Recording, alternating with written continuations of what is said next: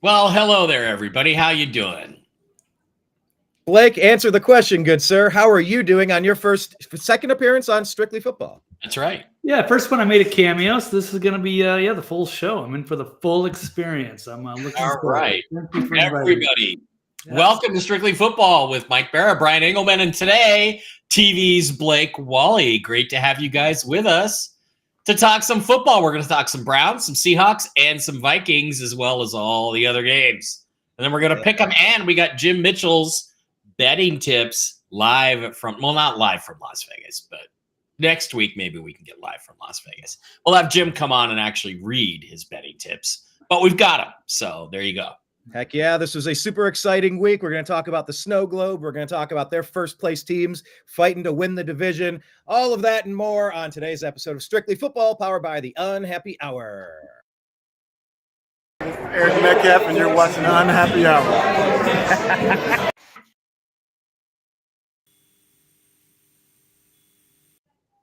Gentlemen, thank you so much for joining. The only way that could have been better is if it was Mike Tyson. So yeah, Mike Tyson. Did you guys all watch the fight? Like Unhappy Hour tattooed on his ass cheeks. That would have been. That would be an awesome. You know who used to do that all the time? Back in the day when my band was playing, my brother would make the funniest flyers. He would do something just like that and put Twist of Nothing right on an ass cheek. And that would be the flyer that week posted all over campus at Bowling Green State University. Nice. Love it. Love it. Love it. Nice. Well, I'll tell you what was plastered across the country last week. That was the Snow Globe game in Cleveland, freaking Ohio. It's been a season to forget on the shores of Lake Erie for the Cleveland Browns, who were in the playoffs last year, expecting to take leaps and bounds this year, perhaps. And my God, they were instead battling for the title of worst team in the league. Are they in the running for the top quarterback to replace Deshaun Watson, Mike? That's where we started. Well, and nothing better than a snow game. Russell Wilson was phenomenal on third down, but they didn't quite get enough points. Remember last week I told you the betting tip that I got from not from Jim, it was from another show I was watching. I forget what it was, but they said basically that it was it was like an NFL Network thing where they said that Mike Tomlin was 0-7 on a short week against a divisional opponent on the road. And that was that game. And now he's 0-8. So it must mean something, right? But I got to show you this. This is Colin Cowherd went to a bar in LA. Oh, yes. They have cameras set up around the stadium, right? They have cameras set up. And so when you're standing there, it's as if you're sitting in the stadium watching the game. Check this out. This is like incredible. This is the future of sports entertainment experience. Check this out.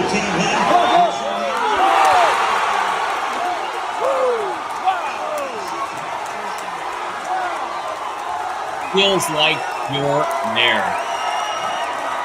That is insane. I want to watch a game. Good. Look at that snow. It's literally a snow globe. You would think you were there. But you're not there. So I got a feeling this is going to be definitely a future thing in sports. I think he didn't actually put a link in for this COSM,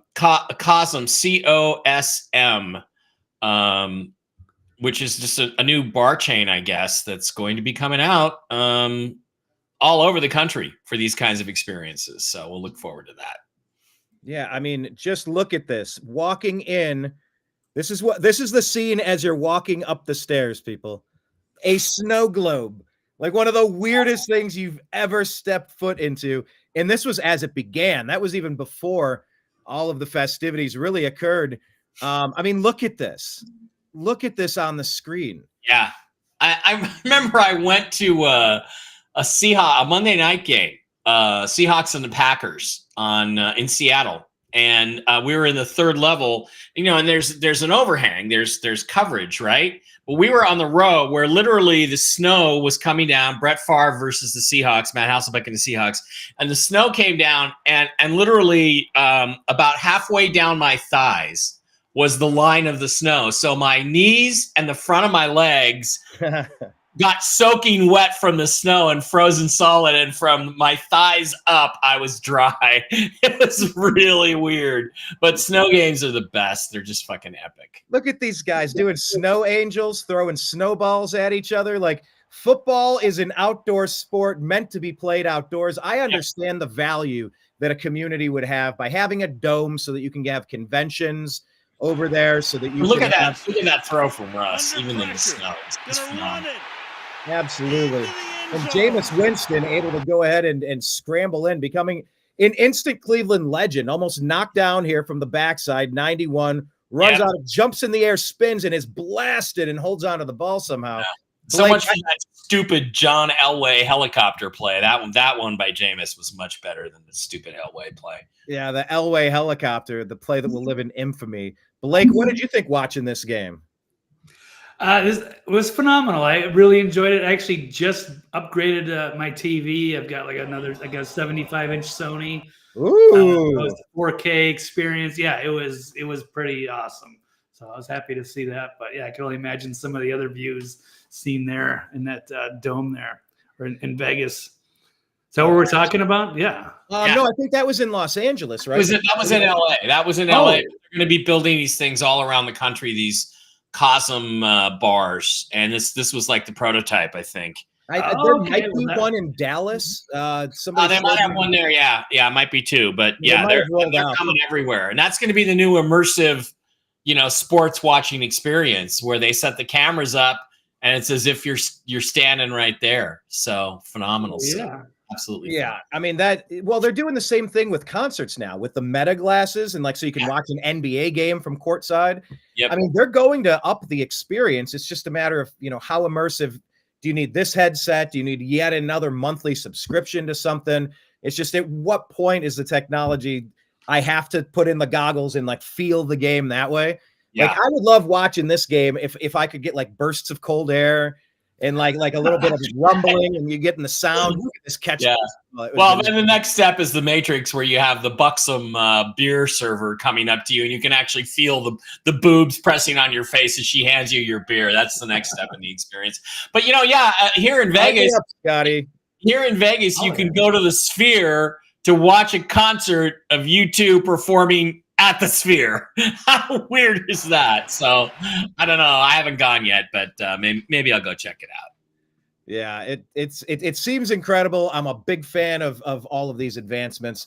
Even for a concert, I love concerts, but there's a whole day involved, and it's really expensive, and trying to find somewhere comfortable, and then how long of a line to use the facilities, and then the line to get merch, the line to get a beverage, the line. Yeah.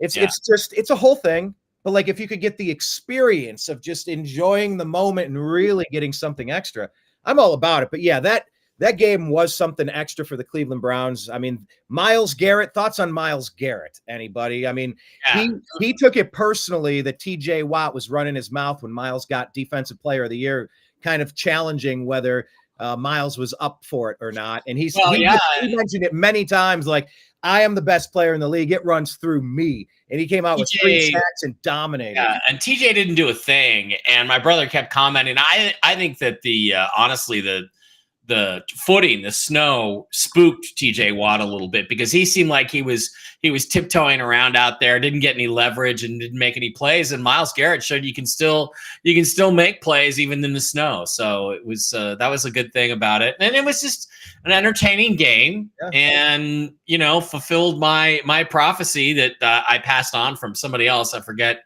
where I heard that, but just that I think it was actually a tweet by somebody like Ross Tucker, that Tomlin 0-7 on the road in the division on a short week, and now he's 0-8. And so I picked the Browns last week for that reason, and I would never have picked them otherwise. So, these kind of things are factors. You don't understand that there are factors like that you have to consider. That's why the Vegas guys are smarter than us and make more money at it. So yeah, there might be something to that. Blake, you've seen your share of defensive end legends. You've had people up in Minnesota that were pretty badass. Have you seen anybody as good as Myles Garrett that can just absolutely wreck the games? I mean, you've had some good ones, and you also had Reggie White in your division as well. Like that defensive pass rushing position, the defensive end, you've seen it. Where does Miles rank for you? Oh, he's definitely one of the top guys in the game for sure. I mean, I can't take anything away from him. He's a game wrecker. He's pretty incredible.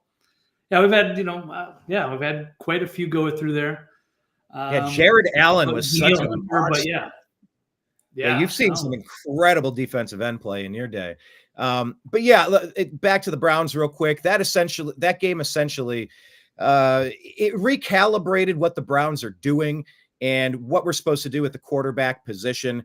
It's pretty important that we figure out what in the heck we're supposed to do. We improved to 3-8 on the season, and we beat the 8-3 Steelers. So we have been, I think we became the only team in NFL history, check the stats, to break 2 5-game winning streaks in the division. Like, we did something ridiculous. We beat the Ravens, we beat the Steelers, and we stopped 2 5-game winning streaks. And we're only a 3-8 team.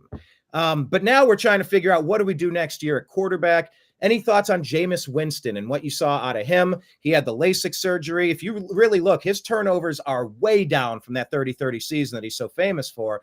And look, I don't know, have you watched the interviews with this guy? Like, he's an interesting character on the sidelines. He praises God. He's living in the moment. He's like, my entire life, I've never played in the snow. He's like, glory be to the Creator. Like, this is the best day ever for me. Any thoughts on the quarterback position for the Browns? Because we went from being the maybe 1 or 2 overall pick to now we're somewhere 7, 8. And we're looking at Jameis. Can he be a bridge quarterback to something while we build around him? Any thoughts?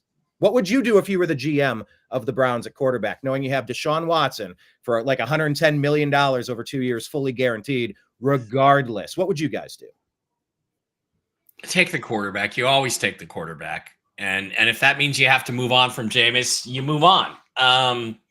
Jameis is interesting because he's got a photographic memory, but yet he makes some of the worst fucking decisions with the football you could ever imagine. I mean, it's like, he's like Geno Smith. It's like, I mean, Geno's not very smart, but Jameis is really intelligent, yet he just can't seem in the moment under pressure to make the right decision. And you know, you got, if there's a quarterback there that's worth taking as a first round pick, you take him. If you have this guy rated in the first round, I don't care if you have him rated as the 32nd or 35th best player, even in the early second round.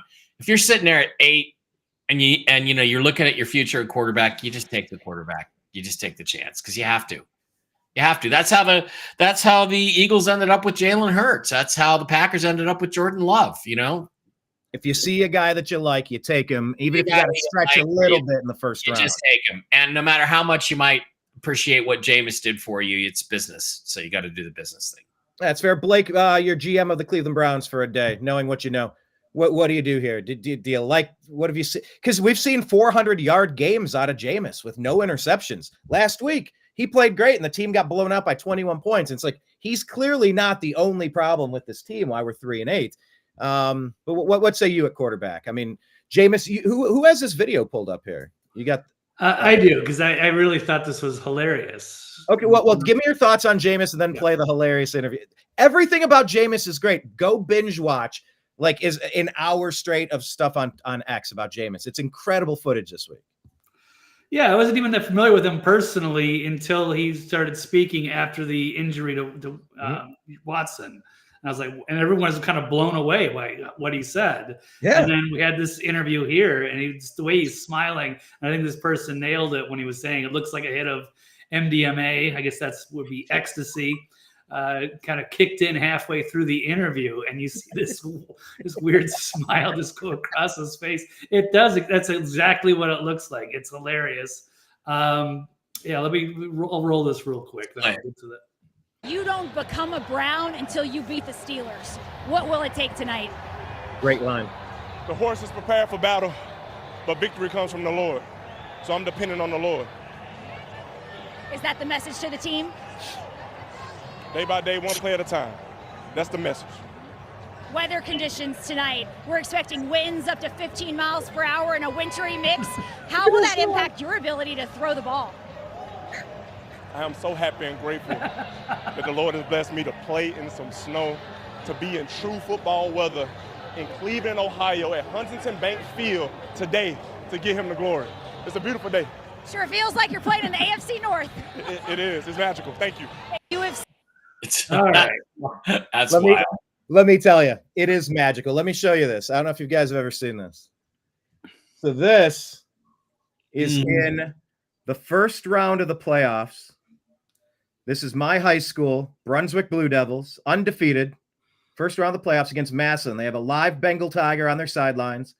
They're playing in Paul Brown Stadium. These guys are just massive. We're in the playoffs. This is me in the fourth quarter in an absolute whiteout game.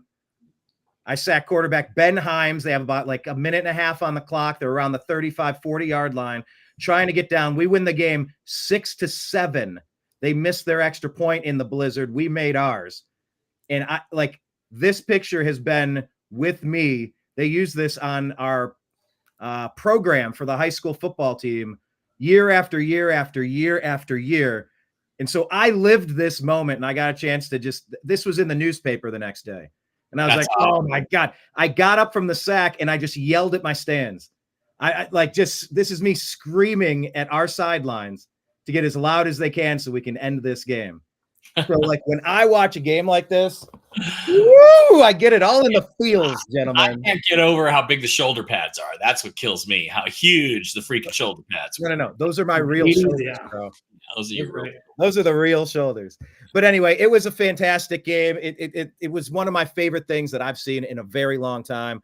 We'll see what the Browns do the rest of the season. Are they going to remain competitive? They're better than their 3-8 record says they are, I think. So anyway, that's pretty much all I had to say on that. Any final thoughts on the Snow Globe game? Steelers, Browns, Blake? Yeah, I mean, I'm just disappointed because I had the Browns and the under, which I looked like a genius through 3 quarters, and then there was like 4 touchdowns in the fourth quarter, and it ruined my bet. I think I had under 36.5, so that was disappointing. But yeah, Winston, he's a cool guy. I think you should keep him if you can, but I definitely agree with Mike. You got to draft somebody. I think we need to. I think we should move to the Vikings game next because I have breaking news. Daniel Jones is going to sign with the Minnesota Vikings. Yep. Okay, interesting. I actually had this one queued up, but I can switch over. We're going to do Vikings. Breaking news. We need a breaking news. I have one over on my. Okay, yeah, we need to add that in here. Minnesota Vikings, they beat the Bears 30-27. Everybody, Sam Darnold leads the game-winning drive. That's in overtime. And after blowing the late lead, the Vikings get the win. And now they sign Daniel freaking Jones. That's not a bad move. Maybe, depending on who else was available at the time. Let's throw it to Blake since he is Captain Viking. Showing the love on representing. Yeah, there we go. What about this game? We'll talk about this game, and then we'll talk about the quarterback, bolstering the quarterback room there for you. So this game, I didn't have the red zone this week because I just moved. I'm going to try to reorder it for this week. So I had to listen to it, The Legend of Paul Allen, which is great, via podcast, audio here in Nashville because they rarely show Vikings games. But it was great up until the end, and it was like, oh my God, are we going to give away the game? And then they made Sam Darnold. It was great. Made a great last minute or in overtime, made that long drive, and they put it away. So that was good to see. I know I actually bet against the Vikings because I know historically they usually struggle on the road in Chicago, and it was close. So they did actually cover the 3.5 points there. So I knew it was going to be close in a defensive game, but it actually went up. Scored a lot of points, but good times, good game. And as far as the Daniel Jones thing, I think they got him for a very low price, like $350,000 or something. He's going to be on the practice squad. He adds to the room. He's got some relationship with Kevin O'Connell, the coach. And yeah, he's I don't expect him to really do anything this year. But he's going to take a while for him to, learn the offense and the scheme and everything like that. But he's a good insurance option, and he could be a part next year. We don't really know what's going to happen, whether it's going to be Sam Darnold or J.J. McCarthy. And you could have Daniel Jones there, I think, as a potential backup either way. I don't think I think his starting days are probably over, but he is a solid guy, and he could be effective in situations. So he's still got a lot of football left. And we're getting a lease on him for this year, and we'll see what happens after that. And I would just add this as well. People said Baker Mayfield was done as a starter. People said Sam Darnold was done as a starter. People said Geno Smith was done as a starter. People have said Joe Flacco came off of the freaking couch to play us the game-clinching win against the Jets on a Thursday night game that I got to go to, led us into the playoffs, off of the couch. Nobody had Joe Flacco on the bingo card. The Browns played 5 different quarterbacks last year. So as much as the quarterback position is crucial, it's also interchangeable when you have brilliant people, when you have very talented players like Baker Mayfield, Jameis Winston, both former Heisman winners. They don't give all those. Only one person gets that every year. You got to be kind of good to get one. Does it translate to the NFL? Not always, but we never know when somebody's story is done being written. Mike, thoughts on the Vikings? This was a very entertaining game. It was back and forth and nail biting overtime. And it's like, who's going to finally get you leaning in on your seat watching that one? Yeah, the Vikings were in control most of the way. And then the Bears, I thought, got a little lucky to tie it up there at the end. But, Caleb Williams is a playmaker. He's got a lot of skills. He's got Cam Newton type of skills, and he showed those the other day. And a couple of the throws he made were really, really impressive on the run and stuff. Very impressive throws. He's got great skill talent around him. Cole Kmet, Keenan Allen, DJ Moore, Romo Dunze. Look at that. They all combined for about 30 catches. And, that was a big deal. Yep. So they gave the Vikings all they could handle, but in the end, the Vikings were the winners. And, I like Sam Darnold. It's interesting that Sam Darnold and Daniel Jones are kind of very similar stories in that they're both top 10 picks, maybe a little bit overdrafted. But I got to tell you, I think Sam, that Daniel Jones has more upside left than Sam Darnold does. Sam Darnold is what he is, and he's been pretty good to this point.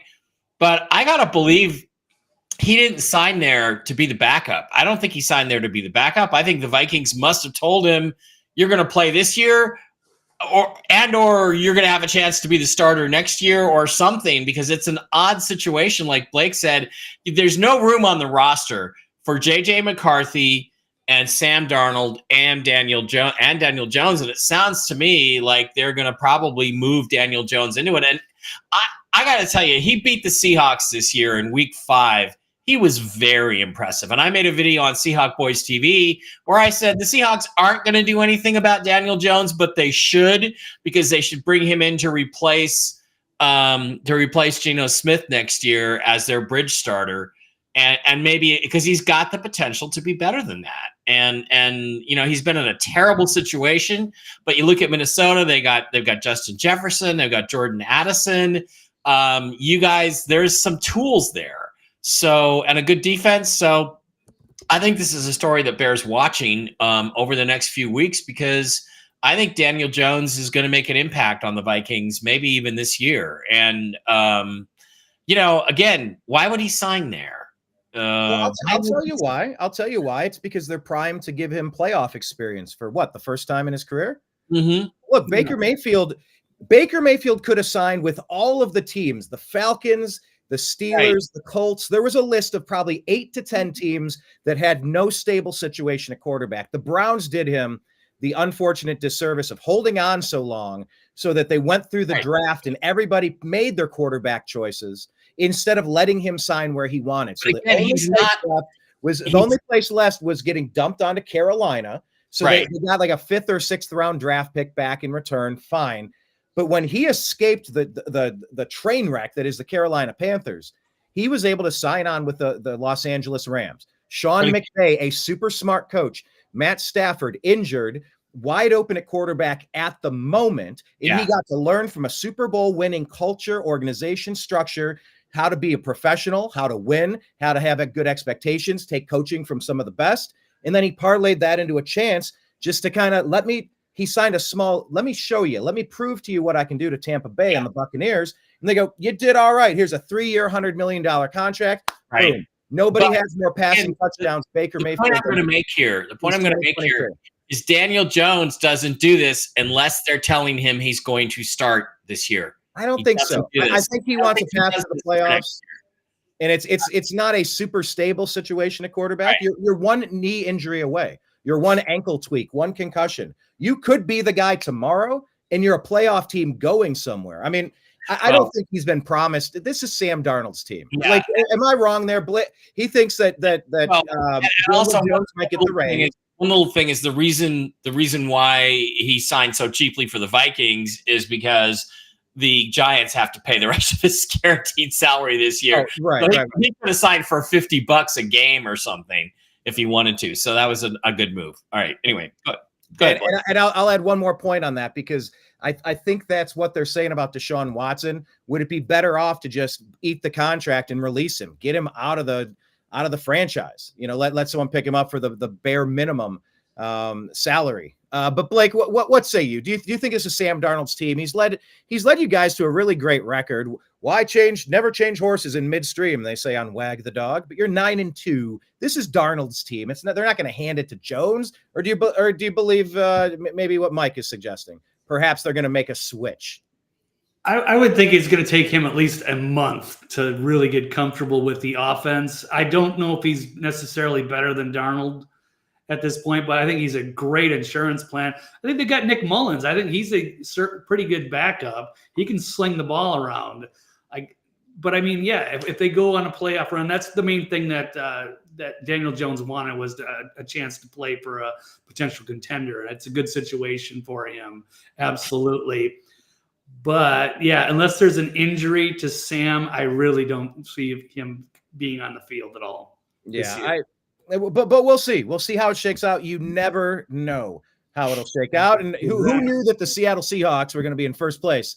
Mike Bara. Maybe Mike Bara knew, perhaps. But look, Seahawks get a super crucial win against the Cardinals. That whole division, Mike, has been log jammed at 500, and now you're seeing a bit of a shift occurring, a little sifting of the talent there, and that touchdown interception kind of paved the way on the day. Yeah, log jammed in mediocrity, absolutely log jammed in mediocrity. Because the Cardinals actually looked like the best team in the division for a while. They played really well the first couple of weeks. They lost a game in Buffalo. They should have won. They played hard. They played good. I thought they were going to come in and give a better effort. But what really happened on Sunday, which was really impressive, is that the Seahawks defense has raised its game. They were terrible in midseason, absolutely worse than even under Pete Carroll. And it was like, what are we doing here? Why do we hire a defensive coach when we don't get anything? And they've played much better. They did a few things. They acquired Ernest Jones, a linebacker from the Tennessee Titans. They acquired another lineman from Jacksonville. I forget the guy's name, Williams or something, who's actually made a difference. So their run defense has improved dramatically.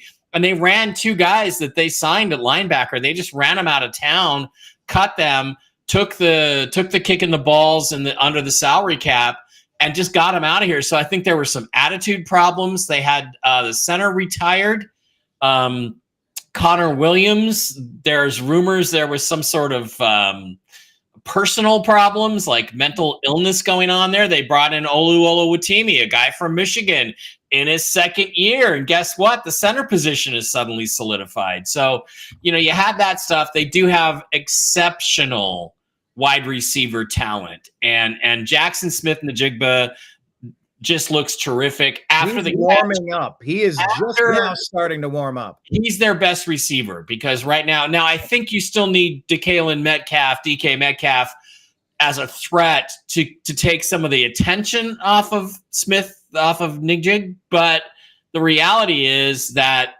he looks better than DK. He certainly looks better than the aging Tyler Lockett. Geno Smith, again, one up, one down, makes a play here. He made one really, really excellent throw on a key drive, but then he throws just the worst interception you could possibly throw in the red zone at the 5-yard line. A chance to, in the third quarter, late in the third quarter, could have taken a 19-3 lead or a 19-6 lead. Would have been 16-6. Eventually, they would have made it to 19 with the field goal they got later. So, it's an up and down game, but it's an inconsistent division, and the 49ers look like shiz, and the Rams got their butts handed to them. So I guess theoretically, if the Seahawks keep playing at this improved level, especially on the defensive side of the ball, they have a chance to win the division. Shockingly. Amazing. No, it's all over the place in that division. Blake, what did you think? I mean, the Cardinals, a lot of talent on that offensive. You know, you got Marvin Harrison on one side, former Buckeye. You got Jackson Smith and Jigba on the other side, former Buckeye. The Ohio State Buckeyes have become wide receiver university. By the way, the game is this week, Buckeyes versus that team up north. With a whole bunch of marbles on the line. That's a whole separate issue, but what say you about these teams? There's a lot of offensive firepower. It was a low-scoring game, but Seattle is now rising to the top here. Can they keep it up? Yeah, that was an impressive victory. It looked like Cardinals were going to make a move and maybe take the division. I was expecting a high-scoring game. I was looking forward to that. That was kind of one of my prop bets. So they really fell flat. Honestly, didn't get to catch much of that since it wasn't televised in my market. But I did obviously pay attention to the box scores. So that's interesting. And, the West is completely wide open for anybody, but it looks like, San Fran doesn't look like much of a threat, but I guess it's anybody over this last month. So it's probably the most exciting division to watch because it could be any one of those four teams at the end. Yeah, it really could. Yeah, it kind of reminds me of what happened in the AFC North last year. I mean, all four teams almost made the playoffs. I think we knocked the Bengals out the last game or second last week, but all made three teams getting it into the playoffs. Let's stay in the same division with the 49ers. They get whooped 38-10. 38-10. I got to zoom out on the screen here. It's not showing me the image I was looking for, but Josh Jacobs, look, you can say what you want about not paying running backs, but look at the ones that kept their running backs and got rid of them. Saquon Barkley, say no more on the Eagles, and look at how the Giants are doing. Josh Jacobs, he escaped Las Vegas. Look how they're doing. Derrick Henry, he left the Titans. Look how the Ravens are doing. Good running back play actually matters. Yeah. So what do you think about this one? Are the 49ers this bad or are the Packers this good, Mike? Oh, you're asking me. Okay, the 49ers are this bad. Like, they didn't have George Kittle. They didn't have Brock Purdy. Brock Purdy is an excellent quarterback. I don't care what anybody says. Bosa is injured on defense. They're not the same without him. I mean, when he went out of the Seahawks game, the Seahawks were able to move the ball and have enough time for Geno to throw with no problem whatsoever. So they're a thinner team than they've been the last few years, and they've got some injuries, and they were no match for the Packers, as we kind of all expected. And we talked about last week. They just weren't a match for them. And I just see them going down. And Christian McCaffrey, look, he came off his injury, but he's not healed yet. So he's just not there. And he doesn't have that same burst and quickness. So I think, another loss or two, I might sit him down for the rest of the year and bring him back next year and start from scratch, because they're just they're not going anywhere right now. They're not looking good at all on either side of the ball. And if you look at can't catch anything. So, it's bad. Yeah. Well, if you look at Nick Chubb on the Cleveland Browns at running back, he was out. Remember, Minkah Fitzpatrick blew his knee out on the Steelers a couple games into last year. So he's missed about a year, maybe a year and a half. He's back, and he scored 2 touchdowns for the Browns. Let's not forget that in this win against the Steelers. But he doesn't have the same burst. He doesn't have the same speed. He's still getting it. He's still powerful and he's still good. But that yards per carry, Nick Chubb was the best in the NFL history at yards per carry. Some metric at some point, the best to ever do it. And he's doing two something yards a play at this point. So it doesn't seem like he's completely back. But Blake, what do you think about that? I mean, watching Josh Jacobs, you still live in Vegas, but if Jacobs goes over there to the Packers now and it scores 3 touchdowns, and they had really devalued the running back position for a while. Like it doesn't matter. You just draft running backs. They grow on trees. Any thoughts on the 49ers injuries piling up? Is it just a matter of the depth and the health being the difference in this game? Or I don't know. There's a lot of different. Yeah, absolutely. I'm going to give them an excuse and a pass for this, because without Brock Purdy, without Trent Williams, they couldn't block, they couldn't throw, they didn't have Bosa, they couldn't rush the pass. They were dead in the water there in Green Bay, so that's no surprise whatsoever. But if they were full strength, it's a different team. But historically, the team that loses the Super Bowl most of the time, 65% of the time, doesn't even make the playoffs the next year, much less get back to the Super Bowl. So they're going through that Super Bowl hangover thing, and I think if this trend continues, they're going to miss the playoffs. They're not going to win the division. So, it's just one of those years that these things happen. Well, let's stick with that division and just kind of roll with it for a second here. Saquon Barkley, franchise record for the Eagles, 255 yards rushing. Dude is on fire. Dare we say an MVP candidate? And I'm sick of giving MVPs to quarterbacks only. I don't think the quarterback is the only doggone important position in football. Now, I know they usually win. See you tonight at W&W. With some Kansas City Chiefs fan here. All right, Jenny. See you then. What's WW? Whiskey and Wisdom. It's a podcast I did with the original Mark Z at 5:00 tonight Pacific time. So in a couple hours. I think I did tag you. So I saw something. By the way, if you're not following the X feed for Strictly Football, it's at TNAM Football. TNAM for the New American Media. TNAM Football on X. And we're trying to get ongoing conversations between Mike and I about football events through the Strictly Football. Let's slide over there to Strictly Football and show it while we're talking. There it is, Strictly Football. Here, let's. Where are you at? Screen sharing from Mike. Bang! There it is, Strictly Football. So Strictly Football. We're trying out a whole bunch of new logos. I had AI. I sat down with AI for a while. Man, have you guys tried to get AI to give you an actual image of stuff? And like the weird stuff that they come up with, and they garble faces, garble names. I'm like, I didn't ask for any of this, and it's like intentionally messing with me. Have you guys had an experience with AI yet? Yeah, I had the worst problem trying to get AI to give me a really good, high-quality picture of AOC and Amaranth making out in lingerie, and it just didn't come out right. The hands were all warped. The hands were all wrong. Blake, have you had similar issues with AI? Because I'm seeing the Strictly Football image there, and I've come up with like 10 different ones, 20 different ones. Well, there's a lot of degrees of difference between some of the really good AI programs and the bad ones. So it really depends on the quality of the program. I suppose they use different ones. I've had luck with some and not so much with other ones. So I guess it just depends on which one you're using. Yeah, I've been trying it with Grok lately. But yeah, check out Strictly Football at TNAM Football on X, please. But yeah, back to Saquon. Look, the Eagles are a very talented team. They improved to get this win 37-20 over the Rams, who fall to 5-6.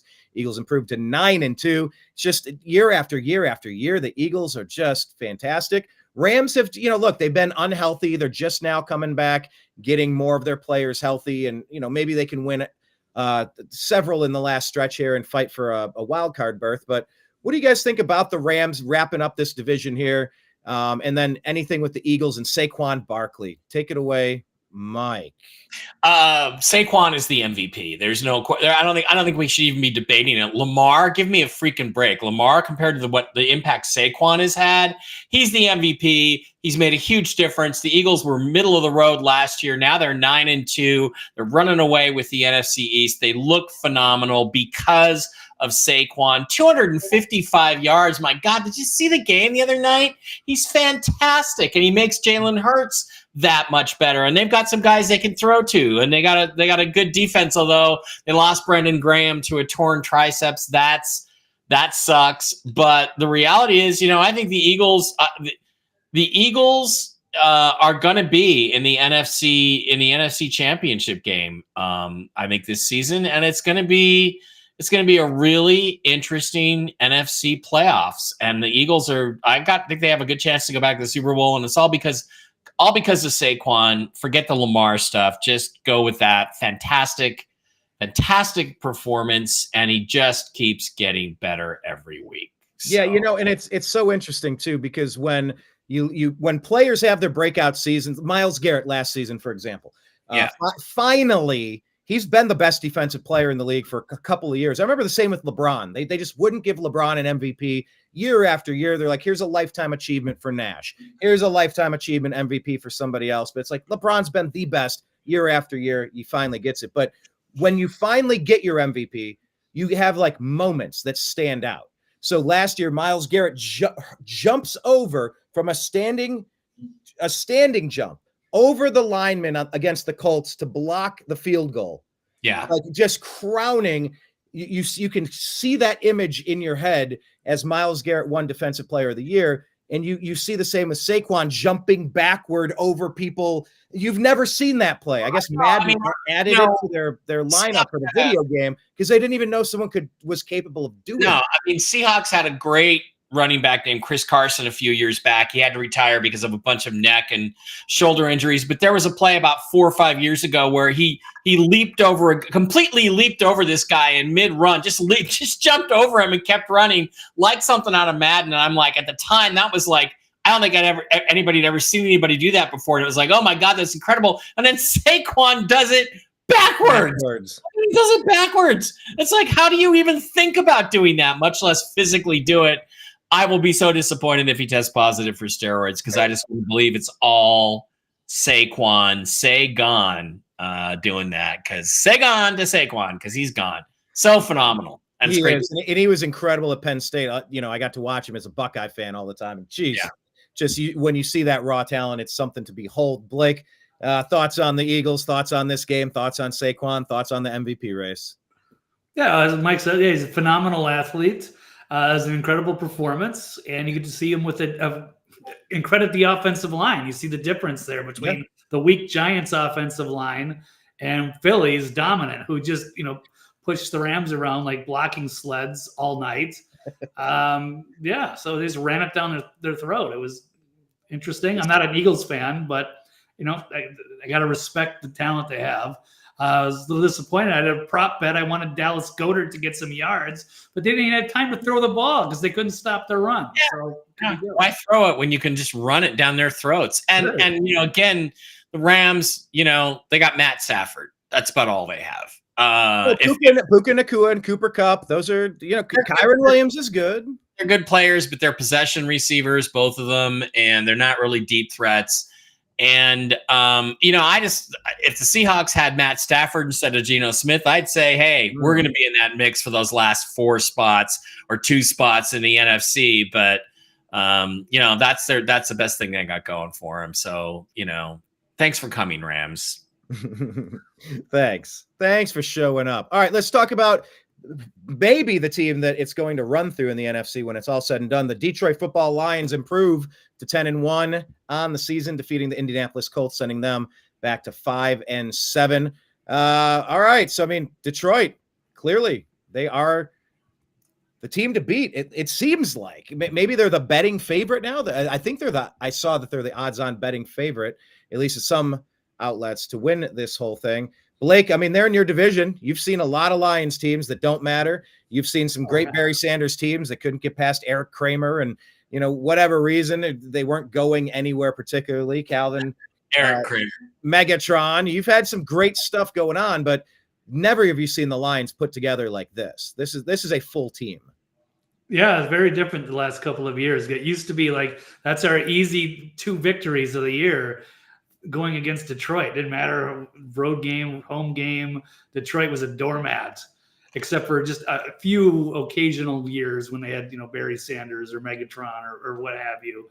A few little one and done playoff teams, but they have really built something special there in Detroit. They are the team to beat, certainly. Baltimore's good. Kansas City's just not like blowing people out, but Detroit is blowing people out. I thought this was going to be a trap game against Indianapolis because they got to get ready for Thursday. But no, they still blew Indianapolis out. So, no, they are a phenomenal team. They are the team to beat. I will say that. Even as a Vikings fan, it's hard to believe. I wouldn't say that about the Packers. I hate the Packers too much. But, hey, hats off to Detroit. I hope we can beat them. But, it would surprise me if they run away with it. Right. And what I love to do mainly is root for the team and the franchise that has gone the longest without a championship. So I'm kind of pulling for the Lions, one of those old school NFL teams like the Browns who helped invent the league but haven't even been to a Super Bowl since they started the Super Bowl era. It's just it's unfortunate. I'm pseudo rooting for them. Look, 3 rushing touchdowns from Gibbs. Mike, Gibbs and Montgomery, a 2-headed beast for sure over there. Yeah, great running game. And the guy I feel the most proud of and the happiest for is Jared Goff, because although he's kind of dumb. He didn't know the sun rose in the east and set in the west. We all remember that from the HBO show. But he's come along, and he has that first overall pick pedigree. He has the talent. He can make all the throws. A couple years ago when we traded Russell Wilson, I'm like, go get Jared Goff, go trade for him. If the Lions don't like him, let's go get him, because he can make all the throws and you can work with that. And it's great to see that he's found coaches that can work with what he does well. And, again, I think the Lions-Eagles is going to be a fantastic NFC Championship game. I don't mean to sell your Vikings short, Blake, but I think the quarterbacks are a little better. And the Lions are the best team in football right now. And how much better would they be? They're missing the best defensive player in the league. As far as I'm concerned, Aiden Hutchinson was the best player in the league when he broke his leg. So how much better would they be if they still had Aiden Hutchinson? And I know that upsets you with Myles Garrett, but the Lions. Look, there's a lot of great players. Nobody's Myles. That's fine. Here's the thing, though, that's kind of pressure. That's tough. In 2012, 2013, I knew the Seahawks had the best team in the league, by far. But that doesn't mean you're going to win it, because you had the 49ers breathing down our necks. And we took the amazing Richard Sherman tip play to get us into the Super Bowl. Once we got to the Super Bowl, the Broncos were going to be child's play. But the worst thing I can imagine would be knowing you have the best team and your team doesn't win it. They somehow blow it. So I'm hoping or they somehow blow it by injuries. The 2015 Cavaliers basketball team, Kevin Love, Kyrie Irving, LeBron James. Yeah. We were steamrolling everybody, and then both Kyrie blew out his knee, and then Kelly Olynyk blew out the shoulder of Love. And it's like we still took it 5 or 6 games with Della Vadova and Tristan Thompson. Happened to the 96 Supersonics, who should have beaten the 72-10 Bulls, but they had 2 key guys go out with injuries, Nate McMillan and even Scottie Pippen admitted to Nate that we know you guys would have beat us if you were healthy because we were out of gas. And then the same thing too, you have injuries sometimes even in the Super Bowl game. The game the Seahawks lost to the Patriots, 2 key starters, Cliff Averill and Jeremy Lane, go out with injuries, or they probably would have comfortably won that game. And it's like, that's cruel. So you hope that never happens, injuries, or you just make some key mistake and blow it. But I got to be honest. I think I'm rooting for the Lions, because I'm always going to root for the Lions and the Bills and the Bengals and the Browns and the teams that, not the Cardinals, but all those other teams that have never been there. And the Vikings have never won one. They've been to the Super Bowl, but they've never won one. So. Right. Speaking of cruel, you were saying that Jared Goff isn't all that smart. So I was like, what's that actor from the Barbie movie? Ryan Gosling. He looks so much to me like Jared Goff. Jared Goff could have played the role of Ken in that movie. Maybe they're not really known for being bright. Am I off base there? I always look at those two and think that they remind me of each other. Or was he Joe? Was pretty good. What was he in Joe and Blade Runner 2049? Is that his character or something? Yeah. Got to make out with Ana de Armas. I'm always going to be jealous of Ryan Gosling for that. Fair enough. Hey, just real quick before we bounce to the next one, Indianapolis Colts, Anthony Richardson. He didn't have a great game, but they do seem to be going back to him. I know one of your favorite topics, Mike, is kind of looking at the quarterbacks and how they're progressing. What did you think? Blake made a great point that it was a trap game. It was almost a trap game. They kept that game very competitive until the Lions sort of pulled away in the third quarter. But Richardson shows flashes. He continues to show flashes. The question with him is selfishness and character, right? Just like Cam Newton. And did you notice Cam Newton's been taking shots at people all week? Russell Wilson. I'm like, they're carrying Russell Wilson. It's like, Cam, give me a break. You couldn't carry Russ's jock strap.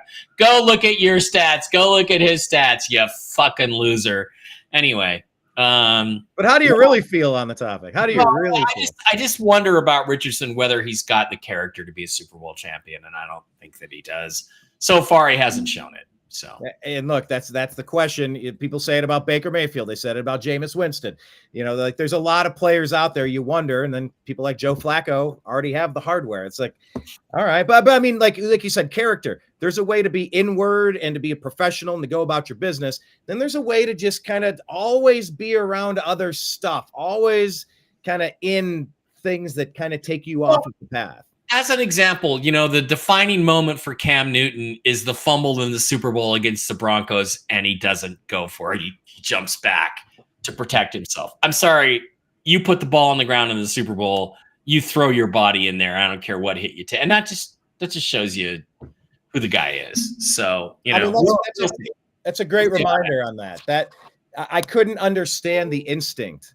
I understand an instinct to go after the ball. That's actually what got Baker Mayfield injured. He threw an interception. The receiver ran the wrong route. We cut the guy, Anthony Schwartz. But anyway, it was on the return where Baker ran out to make a tackle, and that's when he blew out his shoulder, and it ruined that last season to the point where the Browns just got rid of him the next year. So, yeah, not having the instinct to dive at a football at the most important moment of your life. I mean, even at your own physical peril, you dive at the ball. Like if you care about the sport, if you love the game of football, you dive at it. All right, well, let's move over to a guy that loves the game of football, despite a lot of people saying, hey, man, maybe you should hang him up. Tua Tagovailoa, 4 touchdowns in this rout of the New England Patriots. Patriots fall to 3-9, and the Dolphins improve to 5-6. It seems like they've hit their floor, and they've found a way to start moving in the right direction now that Tua is back. Blake Wally, what do you think about this one? Dolphins versus Patriots. Patriots young quarterback, Tua often injured, Tyreek having his worst statistical season ever. What's your takeaway here? Well, yes, Tyreek's got something wrong. He's got a ligament in his wrist or something. Like he could easily go for surgery, but he's going to play through it. So he's in pain. They have a lot of talent there on Miami, and Tua has been a really good quarterback. He's very accurate. So they put up a lot of points. Certainly they didn't, with the injuries, that's pretty concerning, but he's very brave. He's come back. Now there's also a lot of, interest in Drake May. He's also very talented, but he does not have nearly the skill players that Tua does. So they got worked in this one, but there's certainly, they could build something around him in New England. He's shown a lot of potential to be a star in this league.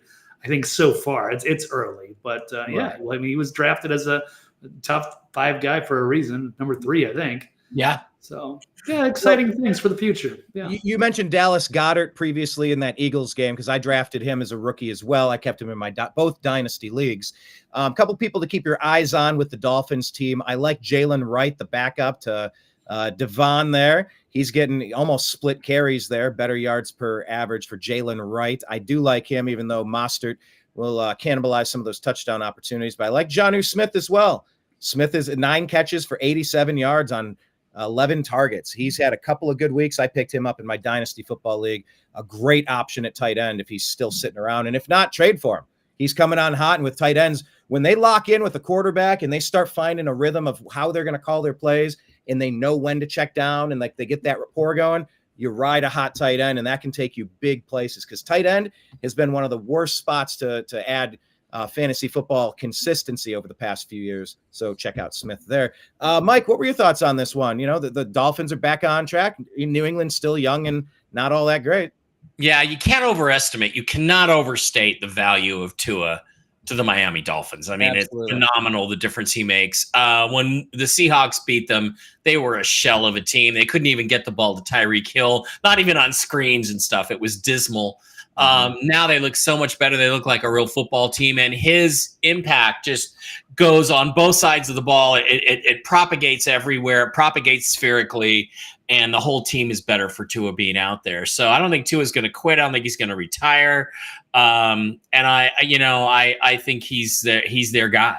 And unless Jalen Milroe falls into their laps in the draft or something, and they decide to take a shot at the future, Tua is the guy there, and he should be. And he's worth what they're paying him because look at the difference he makes for their whole team on both sides of the ball. I agree with Blake 100% on Drake May. The only thing I'm going to say that's cautionary is we all thought the same thing. We all thought the same thing about Matt Jones the first year and when he looked really good. So you got to be cautious because once again, it's the New England Patriots. But Drake May looks like he has a lot more on the ball than Mac Jones ever did. So, let's see what happens there. I think if you're New England, you got to be optimistic about Mac Jones. You just have to. Wait, about Mac Jones. Sorry, About, no, Drake May. You have to be optimistic. Mac Jones, I just saw he signed somewhere. Where did he go? I think Jacksonville. He's in Jacksonville, isn't he? Yeah, he's back up for Okay. Yeah, that's another team. They drafted a high quarterback. Has Trevor Lawrence really proven he's your franchise guy? They gave him the extension just like they gave Daniel Jones the extension. But now what? I mean, let's talk about the Giants. They gave Daniel Jones that extension, and then where are they now? You know, they're sitting there, not a great team. They dropped to 2-9 on the season. Buccaneers have 4 rushing touchdowns from 4 different players: Sean Tucker, Rashad White, Bucky Irving, and Baker freaking Mayfield. Danny DeVito, aka Tommy DeVito, he got the start. Not an awful game, but didn't really get much happening there for him.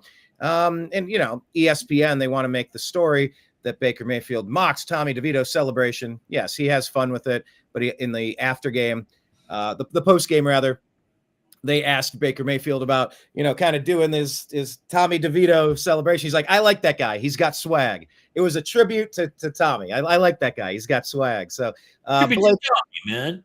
Yeah, forget about it. Blake, what was your takeaway on this one? The Buccaneers, they've lost both their star wide receivers, and now they're starting to get healthy again with Mike Evans coming back. They're 5-6, trying to fight to get on top of that division. And the Giants are a train wreck. Giants got rid of Saquon Barkley, for God's sakes. So, I mean, what's your thoughts on this one? I mean, Tampa's very exciting to watch. Yeah, Baker Mayfield's interesting, and of course, they do sling the ball out quite a bit. They have a great passing attack, and have been banged up in the secondary, so they usually give up a lot of yards. Although not in this one, DeVito was not very effective, and looks like they're going to switch to Drew Lock next week because he might have a little more upside. We shall see, but yeah, I mean, I'm happy for Baker. And they do have some talent. It's too bad that they lost Godwin for the year, but it's good for them that they got Evans back. So they are a very effective offensive team, for sure. Absolutely. Mike, Bara, what do you give the chances that the playoff team from last year, Tampa Bay Buccaneers, like I said, battling injuries, but they're kind of stabilized. You can feel it with the Buccaneers, kind of the same way that you feel with the Dolphins, almost like they had a rough patch, but they survived it. They didn't nosedive, and now they're climbing again. They're getting back to that altitude where they can win the games they know how to win. What's your take on this game? Well, I love Baker. I wanted them to come to Seattle when we were looking for a quarterback, or we should have been looking for a quarterback after we traded Russell Wilson. Like the fool that John Schneider is, he didn't even think about it. But Baker, the reason I like him is because he's so competitive, and that thing is just like how competitive he is. And that's what you got to love about the guy. He does occasionally try to make throws he can't really make. And that's where he gets himself into trouble. But if you can coach that out of him, and he seems to be getting better at that. He's getting, better touchdown to interception ratio. You got something there, but they got too many injuries. I think they've had too many players they've lost to really make any kind of playoff run. I think they're going to end up right around 500 and probably out of the playoffs. Which is too bad. The Giants, what a complete mess. Who thought Tommy DeVito was better than Drew Lock? Now, I'm not a big Drew Lock fan, but he played in Seattle for 2 years, and he beat the Eagles last year with a last-second drive. And in that game, he was very controlled, very good, and his passing, especially the deep ball, he's very accurate when he has time. If you get him off camber a little bit, forget it. But if you can give him a pocket, he can find guys and he can hit them with darts. And they should have started him last week. I don't know why they started Tommy DeVito. Well, I think they might be trying to tank to get the best quarterback available. Well, that's fine. That's fine. But then why don't you just say that? I don't know. You kind of can't say it. When I lived through it, Saucy Brown, he emptied all the cabinets out, getting as many draft picks back as possible. I mean, it was miserable to go through. Let alone if you tell people. You kind of can't say it. I know you can't, but I mean, it's like if that's the case, then why are they talking about putting Drew Lock out there? Drew Lock, at least, is a professional backup level quarterback, a guy that you can get through 2 or 3 games with if your starter is injured. I don't know that Tommy DeVito is that, so I don't know what's going on there with the Giants. Local favorite. A local favorite. Well, sometimes as a fan, you get what you wish for. Yeah, well, they said in Cleveland for a long time that the most popular position in Cleveland was backup quarterback. I mean, we loved our backup quarterback way more than the starting quarterback because it was always, that guy's not getting it done. That guy, I saw him do it. Oh, yeah, Kelly Holcomb a chance. Sam Howell's a lot more popular than Geno Smith in Seattle, but come on, Yeah, fair enough. Speaking of popular, we did a question of the day. Who would you like to see match up in this year's Super Bowl? We got the question from Regina Mitchell saying she wants to see Lions Bills. I mean, I got to say, give me a better lineup than that where whoever wins, the franchise fan base is going to get a huge burden off of their shoulders. I'm here for it. Any other suggestions that are better than Lions Bills? Blake, Mike, you want to see the Vikings, I guess. Well, I'm very biased on that one. And if I was a normal fan, then yes, I would absolutely support the Bills Lions. However, since the Vikings have not won a Super Bowl, I don't want to see anybody else that hasn't won a Super Bowl win a Super Bowl. And they're going to be that's going to make us magnify that much more. So Vikings Bills. How about Vikings Bills? Two teams that are 0-8 between them in the Super Bowl. That would be something else. So meanwhile, Browns fans go, "What's a Super Bowl?" Yeah. 0-8. What's it like? What's it like going to a single Super Bowl? There used to be an old meme, Dad, it was two Eagles, and it said, "Dad, what's a Super Bowl?" And the dad goes, "I don't know, son, we're Eagles." But they solved that problem. So. Yeah, there was one with the Cleveland Browns, and it was something about getting it. Maybe you could do something, find the joke on Whiskey and Wisdom, but it was something like finding the right partner. Yeah, you want to find a Browns fan because they won't expect a ring. You want to date a Browns fan because they won't expect a ring. Something like that. If you're going to date I might use that tonight. That's good. Yeah. Always find out if she's a Cleveland Browns fan, because then she'll never expect a ring. Yeah. Please use it tonight. And one of these Whiskey and Wisdoms, I'm going to jump on for it. It sounds wild. Now, who are you showing? That's not Bud Carson. Is that Bud Carson? No, it's Bud Grant. Yeah. Oh, I said Bud Grant. I meant, okay, yeah. Coincidentally, I just happen to have it in the room. I'm looking at it. I'm going, I should display that. Pete Carroll's mentor was Bud Grant. That's right. Yeah. Nice. All right, let's talk about mentors. Some of these established teams, the Cowboys, they like to call themselves America's team. They've been having a lousy season. However, wow, who saw this one coming? The Cowboys haven't really shown us much, and of course, their quarterback's been injured, but they take down the Washington Redskins 34-26. Cowboys improved to 4-7 on the year. Washington falls to 7-5. And the former Cleveland Brown, Austin Seibert, misses an extra point late. And the Commanders lose their third in a row. And then they lose to the Cowboys. So take it away. What do we think about this one? Starting with Blake, because his eyes got big. Well, I guess the Cowboys finally won. I did actually hit this bet. I think I only bet about $10 on it, but they finally came through. They've been getting absolutely thrashed. I guess Jaden Daniels may be still a little bit banged up from the ribs. He's not as mobile. He's not making as many plays. I didn't actually watch too much of this one. The Cowboys are a shell of themselves with all the injuries. So, yeah, a tough loss and a surprise there as the Commanders have looked very good lately, but not on that day. Yeah, I checked my pick'em, and I did not have this on my bingo card. I definitely thought the Commanders were going to take care of it. Mike, what did you think? The Cowboys are showing some life, and by the way, as a theme here, there's quite a few lousy teams, like in that lower tier of teams.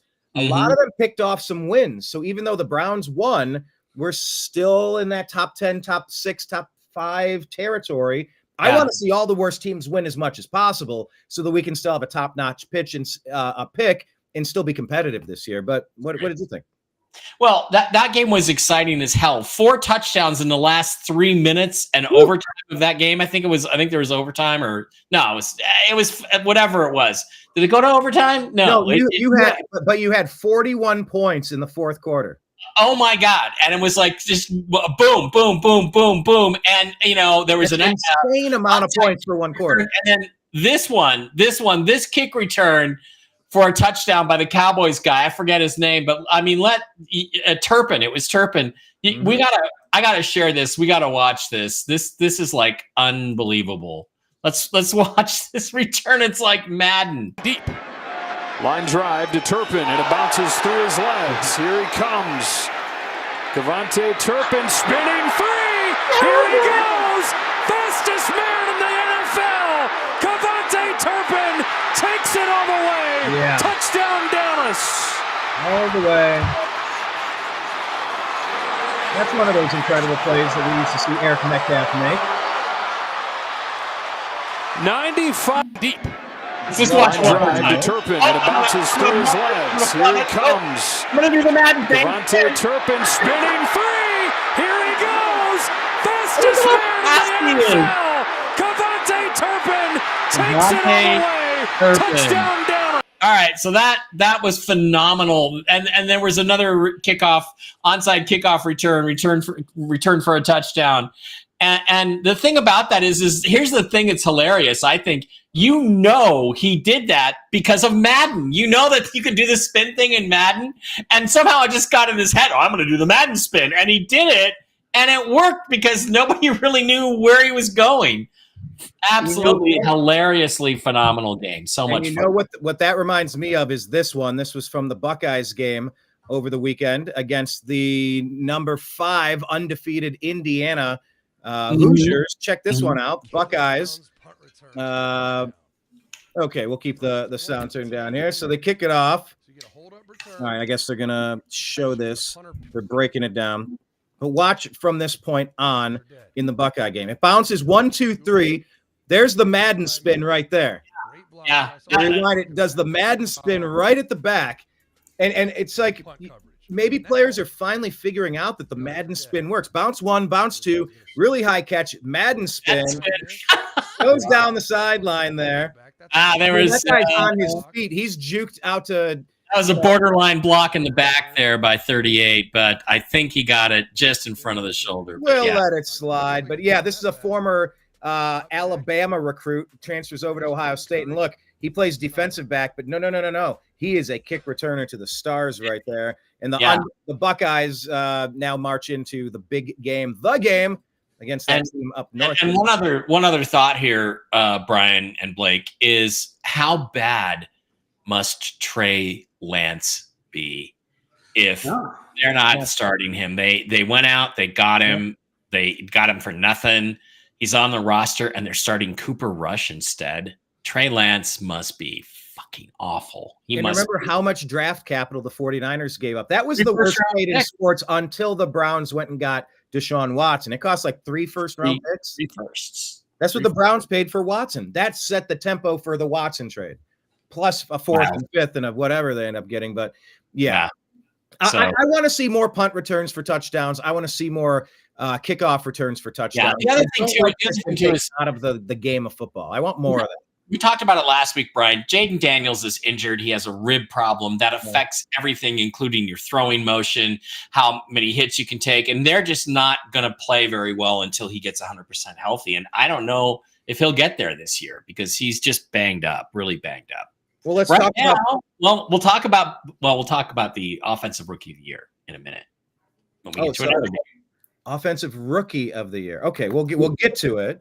We get to another game. Right. All right. Well, we'll talk about a team that's been banged up. Isaiah Pacheco, most notably at running back, to the point where the Chiefs signed Kareem Hunt and have been working with him. And look, it took a last-second opportunity there to take down the Carolina Panthers. Panthers dropped to 3-8. Chiefs somehow keep winning. You know, if karma finally caught up to them last week, but they go 10-1 on the season. And it was on a Schrader field goal. They're missing Harrison Butker as well. So the Chiefs are definitely banged up. Blake, start with you. Chiefs keep getting it done. And look, Carolina's showing some fight. They're showing some spark. They don't seem as bad of a dumpster fire as they were last year. But, you know, the experience and the pedigree of the Chiefs wins this one for the day. Yeah, I ultimately pulled it out. Bryce Young is making strides. So he was benched, and he seems to be looking a lot better and more comfortable. They need another playmaker or so. But, they held their own against the Chiefs. I kind of thought this was, again, another one of those kind of trap games. Even Kansas City is playing Friday. I figured they wouldn't take them too seriously. They didn't cover it. But they're not blowing people out. Their defense is pretty good, but they're beatable. And even Carolina gave them a run all the way to the last minute. So until they got that last field goal, it got pretty exciting there for a minute there. So probably not going to three-peat this year. Well, we'll see what the NFL script says about that, or script, exactly. as a Seattle running back might say, the script club. But yeah, I mean, the beatable Chiefs advanced to 10-1, Mike. But who would have thought that their touchdowns at the beginning of the year were becoming 2 to Noah Gray and 1 to DeAndre Hopkins? That wasn't on anybody's bingo board. Well, Travis Kelce, Taylor Swift, who was it? Hercules cut his hair or whatever and lost all of his. Samson lost his superpower. And Delilah Lost his superpowers because of Taylor Swift. Travis Kelce's just about cooked, and Gray is the next guy up, and he looks good. So go, clearly Mahomes is looking for him. Got him the ball, caught the ball, did a good job there. The story of the game, Blake nailed it, is Bryce Young, the development of Bryce Young slowly coming along. But, so it's going to lead to a big dilemma. If you're the Carolina Panthers and you're sitting there staring at Shadur Sanders or Derek Ward or Milroe or one of the other quarterbacks and you really like them, do you pass on them for the offensive guy, for the wide receiver, and stick with Bryce Young? Or do you say, we just don't see it quite from Bryce Young. So he's going to make it difficult for them by playing better, and he's starting to play better, and good for him. Yeah, I think when you draft a player, there should be a little bit more ride or die with your high draft picks, especially when they show you something, when they give you a little bit of reason to believe. If a team gets a top pick, it's because their team is not good. Mm-hmm. If you go with the guy, give him some more weapons. Give him some playmakers on defense, because if you're stopping him on one side, it helps you get more possessions on the other side. A better offensive lineman, a playmaker at wide receiver, a running back that's dynamic to open it up and move the safeties back a little bit. Like just all sorts of things. Linebackers back a little bit. Right. That's why, like the Baker, you draft him, you go up, you go down, you have some good years, some not so good years, some injuries, playoff, you beat the Steelers in the playoffs. I don't know. I want cities to ride with their guy a little bit longer, because but you know what? Not everybody's ready in year one. They're just not. Here's the thing. If the Cowboys took Troy Aikman, and then they got a chance to take, who was it? Steve, what was his name? He's from Miami, but he was actually a better prospect. They used a supplemental draft pick in '89 to take a second quarterback. I forget his name. Steve or Sam something, and they ended up losing out on Cortez Kennedy and Junior Seau the next year because they did that, but they were right to do it because you don't know if the quarterback is the solution. And if you don't know, you may as well take him. And I hear people say, well, you can't draft this guy number one and then bring somebody else in 2 years later because it puts all the pressure on him. Well, look, the goal is to win the Super Bowl.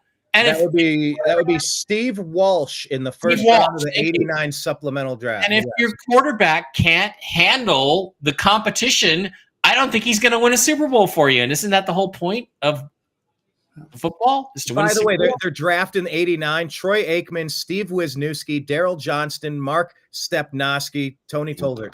Like, they had some players in that '89 draft. And how is Steve Wisniewski not in the Hall of Fame? What the fuck? Steve, 9-time Pro Bowler. Oh, but he wasn't first team All Pro. Okay. Yeah, so a bunch of East Coast sports writers didn't vote for him. Great. And by the way, remember the Herschel Walker trade in '89 as well, Blake. You remember that as a I was trying to avoid that. Yeah, I figured that was coming. Yeah, I think that we pretty much stacked their draft, gave it to him. By the way, Blake, I completely forgot to mention to you, Blake, when you brought up Paul Allen. I played hoops with Paul Allen. Used to play hoops with him in Bloomington at a gym there. And usually when we would play, I would pick a team and he would pick a team because we were the two oldest guys there. I was in my 30s when I lived in Bloomington, and he was fun. He was just starting to be a sports announcer then. He wasn't the voice of the Vikings or anything. So I kind of knew him a little bit, and I was stunned when I found out he wasn't gay, but he's not. So he was a fun guy to hang around with, and funny because he was just like that personality off the air as he was on the air. No difference. Oh yeah, the same guy. Yeah, that's awesome. Yeah, we used to pick guys and give them nicknames. I'm going to call that guy Kitna because he looks like John Kitna. He has a shaved head. And he's like, yeah, he does look like Kitna. Let's call him Kitna. So That was fun. I did that a few times. That was great. Yeah, he was a horse race. He worked Canterbury Downs over there, so he's used to calling like the horse races. That's how he kind of has his style, and he's still up there with the binoculars at every game. That's just how he called things. He's got a lot of personality. I remember when his wife was pregnant, and he comes on and he's doing this commercial, and he says something. He's something like baby's ready to come, wife is in spread formation. Just doing stuff like that. He was hilarious during my time in Minnesota. Anyway. Oh, no. You talked about Paul Allen, and I actually ended up, this isn't me in this skit, but I did a parody of this, the American Psycho scene, where he says, let's see Paul Allen's card. And this is where they show Paul Allen, vice president. This is the scene that's most often remembered from American Psycho. Yeah. That's my Paul Allen thought on that one. I had a different scene than I remembered, but okay. Oh, there's a lot of scenes in that movie. That's a wild flick. All right, let's go back to football. Let's talk about two other quarterbacks here. Will Levis, your boy. You love you some Will Levis. And once again, the Titans are going to have to figure out if they're going to be interested in drafting a quarterback in this year's upcoming draft. And look, CJ Stroud from the Ohio State University, he has taken a couple steps back this year, although he's had to deal with injured wide receivers as well. But look, Tennessee Titans pull off an upset victory here over the Texans. Texans fall to 7-5. Tennessee improves to 3-8. Blake Wally, thoughts on this game? Well, I guess as a resident of Tennessee now, all their games are televised, so I do get to catch their stuff. Yeah, Levis has a lot of upside. He's been interesting. He really struggled badly in the beginning of the year, but this was a huge win, so I have to be happy for them. I don't know. I know they don't have the same coach. Vrabel's gone, so maybe it's a new regime. I don't know what they're going to do as far as quarterback going forward. I would think you'd want to keep him and try to develop him if they can, but certainly they're going to be in a prime position to draft somebody else if they want to go in a different direction. So we'll see. But yeah, big quality win on the road in Houston. So good for them. Where did Mike Vrabel go, Blake? Do you remember? He is an assistant in Houston. Houston. Is he? No, it's somewhere. Cleveland. Okay. Yeah, I did see him in that Thursday game. All right. He's got he's on the sidelines prowling, ready to take Kevin Stefanski's job. Let's not underestimate just how important the victory was. I think they said something like the last 7 coaches that have been fired in Cleveland came after losses to the Steelers. Like we cannot tolerate losing to that. Like the Buckeyes have lost 3 in a row, Ryan Day, to that team up north with the cheating Harbaugh system over there. We cannot tolerate it. We will not tolerate it. Mike Vrabel was roaming the sidelines, sniffing around. Am I going to get to snap the neck of Kevin Stefanski and run him out of town and become head coach here? Or should I maybe go to Carolina? Should I go to Jacksonville? Like he's being rumored at a lot of different places. He's one of the biggest names out there. Hell of a coach. But yeah, I think this win probably saved Kevin Stefanski's job. All right, back to you, Mike. Yeah, this was a big win for Levis. I'm all in favor, by the way, of all of Michigan's wins from last year or last 3 or 4 years being voided and making Washington the national champions last year. I'm all in favor of that. I loved CJ Stroud in the 2023 draft, and I really liked Will Levis. And after CJ Stroud was gone, Seahawks could have traded up to the number 1 pick and gotten him. They didn't. I was then my backup plan is Will Levis. They passed on him for Devon Witherspoon. They passed on him for Jackson Smith-Njigba. Both are coming along. Witherspoon finally had a good game this last week. He had a really good game in the win over the Cardinals. So they're both good players, but then they still could have traded up to the top of the second round from 40 up to 30 or 32 or 35 or whatever and gotten Levis. They didn't do it because John Schneider's a loser and a dumbass and didn't think he needed a quarterback. Had they done that, I would be happy Seahawk boy Mike because we would have our future quarterback in place. Look, the guy just keeps coming along. He just keeps coming along. And was it this week or last week that he threw the 98-yard touchdown pass, Levis, out of the end zone? Will Levis's long in this game was to Chig Okawonko, So 70 yards. this might have been that game. I don't remember, but he's coming along. He's starting to play better. He still makes a mistake, and it's like when he had the interception. Twitter just starts destroying Will Levis because that's the thing. This guy has all the physical tools. He's big. He's strong. The Tennessee Titans have a future with this guy. He just takes time. At this point in his career, he remains ahead of Josh Allen and Peyton Manning in terms of his development. He's got more touchdowns. He's got fewer interceptions. He's got better quarterback rating. He's got more yards. The guy is learning the game, and I think Tennessee's got a real gem there, a guy that they can build a future around that I wish was a Seahawk. So, and there's plenty of other positions that could use some upgrading, especially. Yeah, and CJ, CJ's really struggling. And the offense is struggling. And I don't know their situation well enough to really understand why. I know they've had some injuries on offense and some of their skill guys. And their offensive line isn't very good. But, if you're looking at fantasy for fantasy reasons, and I am because some of my players have been playing these guys. Tony Pollard, 119 yards and a touchdown on the day, 5-yard average. You're going to want Calvin Ridley. He is their number one receiver. Over there in Tennessee. He's getting a lot of looks. If he's somebody you could pick up for the right price, he's someone you definitely want to get. Also, Tank Dell was just lights out last year until the injury. I drafted him as a rookie. Man, he's getting 5 targets, connecting on 3. He hasn't been able to get back to where he was when CJ was playing his best ball. Nico seems to be the main guy there now, but it's not working for him. And Joe Mixon went off last week, held to 22 yards on only 14 carries in this game. So a little bit of uneven play out of a lot of players from this game last week for sure. Let's talk about somebody who's not really uneven. Bo Nix, man, this guy has come along. Let me start with you on this one, Mike. I know we'll switch it up here, but you have been a Bo Nix advocate, and he's not letting you down. The Broncos win 29-19, improving to 7-5 on the season, dropping the Raiders into first overall pick territory for Tom Brady, partial owner, to perhaps get Shedeur Sanders with their 2-9 Raiders. But what about Bo Nix in this 10-point win? Yeah, Bo Nix is there's a guy named Rob Staten who does the Seahawks blog. He's British, but he's really smart, and he scouts players, and he really knows his players. And he's very thin-skinned, so you have to be careful not to challenge him. But he's last year before the draft, he was like, God, if Bo Nix falls to the Seahawks at 16 and they take him, it'll be a disaster, And he said, Bo Nix, nothing more than a 3rd round pick. And he was crowing about it the first 2 or 3 or 4 weeks in the season. And I said, and I argued with him, I'm like, dude, I just watched Bo Nix down here at Allegiant Stadium, just down the road, and Michael Penix. And I saw 2 first-round quarterbacks there. And I said, and I think Rob eventually had him as a top high 2nd-round pick on his board. But I'd been on the Bo Nix bandwagon since I saw that game last year. And now look at him.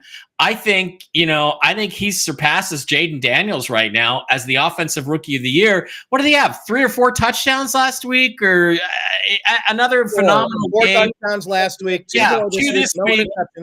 High passer rating, which I think is really, really important. And again, you got a quarterback. If you got a quarterback, you can go anywhere. And I just think it's a phenomenal story out there in Denver, and it's turned them into an effective football team. Now, why didn't it happen with Russ? I don't know.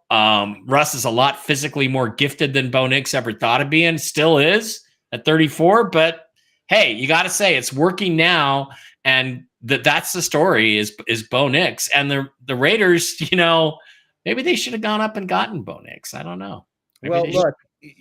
Maybe they have a situation now where Gardner Minshew broke his collarbone. He's out for the rest of the year. So you're seeing Desmond Ridder, formerly of Cincinnati, got drafted to the Atlanta Falcons. Then they jettisoned him when they signed Kirk Cousins. You got some weird stuff going on with the rushing game. Javonte Williams, 8 rushes for -2 yards. I mean, I drafted him really high in dynasty leagues, and he's really untrustworthy at this point. I wish he could settle himself as the guy, but he's not. Jacoby Myers at wide receiver. He's, he's the guy you wish that the Patriots would have held on to so that Drake May would have someone to throw it to. 10 catches, 121 yards for the Raiders, but weird rushing over there. 33 yards from a guy, Sincere McCormick, and Amir Abdullah, 28 yards. Like, not getting a lot of stuff done on the ground, and it's weird at the quarterback position now because of injuries. Blake, Tom Brady, he's a co-owner now, and he's there. They might have the number 1 overall pick. At least they're primed to be right at the top of that draft, being 2-9 now. What do you think the chances are that they go quarterback? Is there anybody you like in this draft that's coming out, and or just thoughts on the Broncos or Raiders over here? Anywhere you want to take it. I think the Raiders are the most obvious choice to draft a quarterback. They don't really have anybody with that kind of upside. They certainly are ready. Bo Nix has played very impressive. Of course, off to a slow start, but that's to be expected with the rookie quarterback. And he doesn't really seem to be surrounded with that much talent. I mean, he's been a good receiver, but for him to do what he's done with mediocre playmakers around him, that's also very impressive, and a tribute maybe to Sean Payton. I guess he just got along better with him than, say, Russell Wilson. I don't know exactly what happened there. That was a surprise, but they've exceeded expectations, and they will probably be go for that 7th spot in the playoffs there in the AFC. So Denver, very impressive with great defense. Raiders not looking too good. I took a really tough beat on that one. I had the Raiders plus 5.5. And they had the ball at the 1 yard line at the very end of the game, 1st and goal from the 1. And then they got sacked, and it was over. And I was like, damn it. That was like a 5-team parlay that I had. That would have changed everything. But, oh, well. The bad beats in Vegas. What can you do? I think Sean Payton's job in Denver was to try to provoke Russell Wilson into an outburst that they could use to void his contract. That's actually what I think. I don't think it was just that's what they hired him to do. And, it was so they deliberately designed an offense to frustrate him rather than utilize what he does well. But I want to do that Will Levis pass I was talking about that was actually against your Vikings 2 weeks ago, Blake. And I just wanted to remind people of that. This is like from the 90, that's a 98-yarder. Going to work on 3rd down. Levis taking a shot. He's got Westbrook Akine breaking free. That's brutal. And the Tennessee Titans right back in it. One of the better pass rushers in the league going to work on 3rd down. Levis taking a shot. He's got Westbrook from your own end zone. I mean, I realize that's one read, right? He looks up the sideline, sees the guy one-on-one and throw, but you can't throw it any more perfect than that deep. And it was 40 or 50 yards downfield, just phenomenal throw. So that's the upside of Will Levis. Absolutely. To your point on Sean Payton and Russell Wilson not getting along that well. I mean, I think we had a similar situation in Cleveland with Kevin Stefanski and Baker Mayfield. It turned into a relationship that was unpleasant. Like there were problems. And I do still blame Stefanski for not double teaming TJ Watt. Like he wanted to see Baker Mayfield get hit 5 times, sacked, just almost like he wanted to see him get hurt. So it got toxic there, and Baker lost that power struggle. And by the way, talking about bad beats, Blake's bad beats. Ooh, there's a great segment. Blake's bad beats. Every week I want to hear Blake's bad beats. You're going to be the sports guru guy. We're going to get you on you're going to be on Barstool along with the Unhappy Hour. You're going to be all over with Blake's bad beats. But I was playing in my fantasy football league. This is a league where I have been 0.4 points away from winning the championship. Tony Gonzalez needed 1 reception, 1 yard. He needed 0.4, and we end up losing by 0.4. We trailed with everything remaining by 0.6 points in this game. The Baltimore game a couple days ago, and it was Justin Tucker. They score. Great. We're going to get our extra point. We're going to win this game. They go for the 2-point conversion. So they go for 2. I don't get my 1 point from Tucker. Finally, after that, he got his 1 chance to redeem himself, and he did. But I mean, I was pulling my hair out.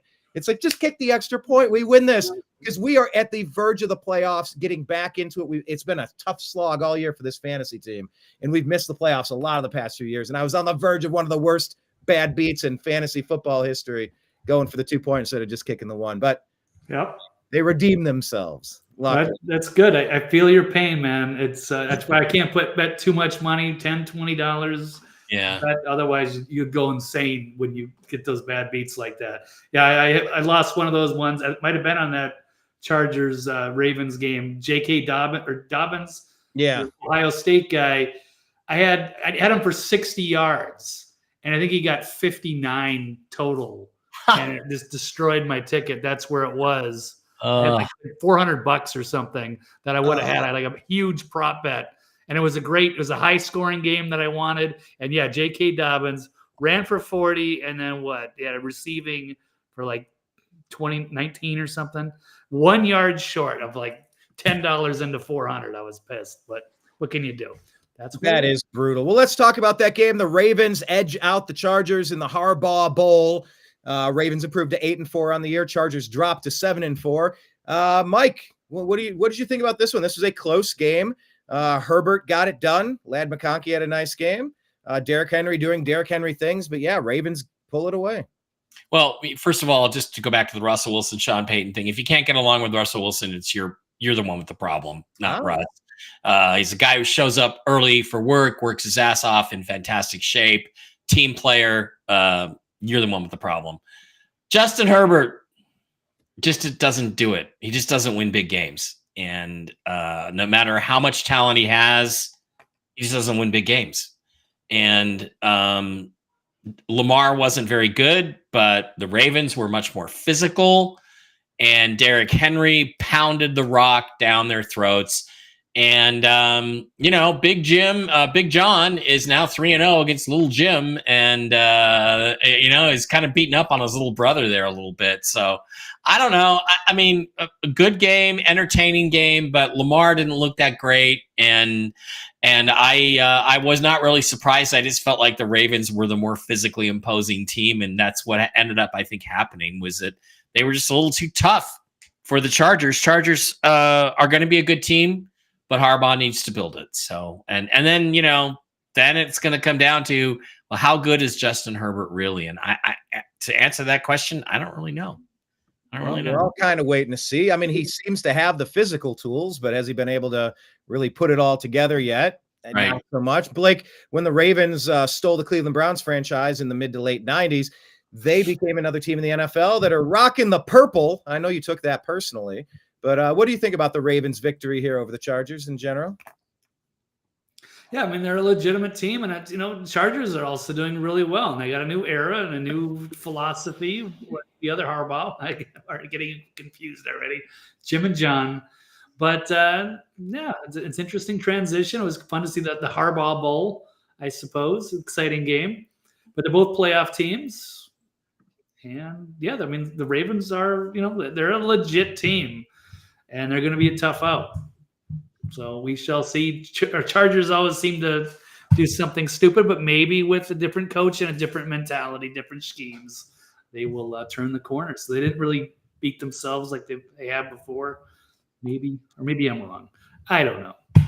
No, it's all good. All right. Well, let's go ahead and pivot from there to our picks of the week. We're going to get betting tips now. Super excited for this part.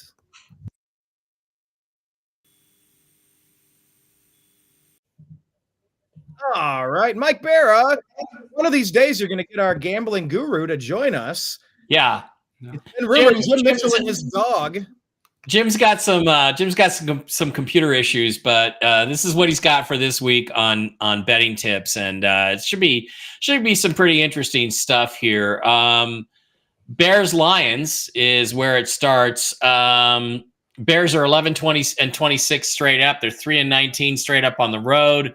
Lions are 32-9 straight up in their last 41 games, 33-11 against the spread indoors. I think everything there says take the Lions over the Bears at home on Thanksgiving. Giants Cowboys. Giants are 10-8-1 straight up. They're 1-15 straight up on Sunday. Cowboys are 13-1 straight up against the Giants when they average 17 points a game. A lot of good, interesting stuff there. The Giants are 19-10 though against the spread, so it kind of looks to me like it'll be a game where the Cowboys should win, but the Giants will cover. So that's interesting information. Dolphins, Packers. Tua is 1-8 straight up in 50-degree or less weather, so it may be cold there. Dolphins are 8-19 against the spread. 1-13 straight up versus teams with winning records are the Dolphins winning records. So I don't think it looks good. But this is an interesting stat, and the one I think is the most important is teams that play the Santa Clara 49ers are 13-28 straight up the week after. So the Packers played them. So it looks like there's a chance there could be an upset here, but I really think you got to take the Packers at home. But we'll see. They're given 3.5 points. Raiders versus Chiefs. Chiefs are 13-point favorites. Mahomes is 33-5 straight up against the AFC West. Double-digit favorites are 5-2 against the spread and 6-1 straight up this year. Raiders are 9-6 against the spread. Gardner Minshew, that doesn't matter. Gardner's not going to play. So dogs of 6 or more points are 33-20 against the spread. I think it kind of says take the Chiefs in that one. Titans, Redskins, and we do always call them the Redskins. Titans are 2-9 against the spread.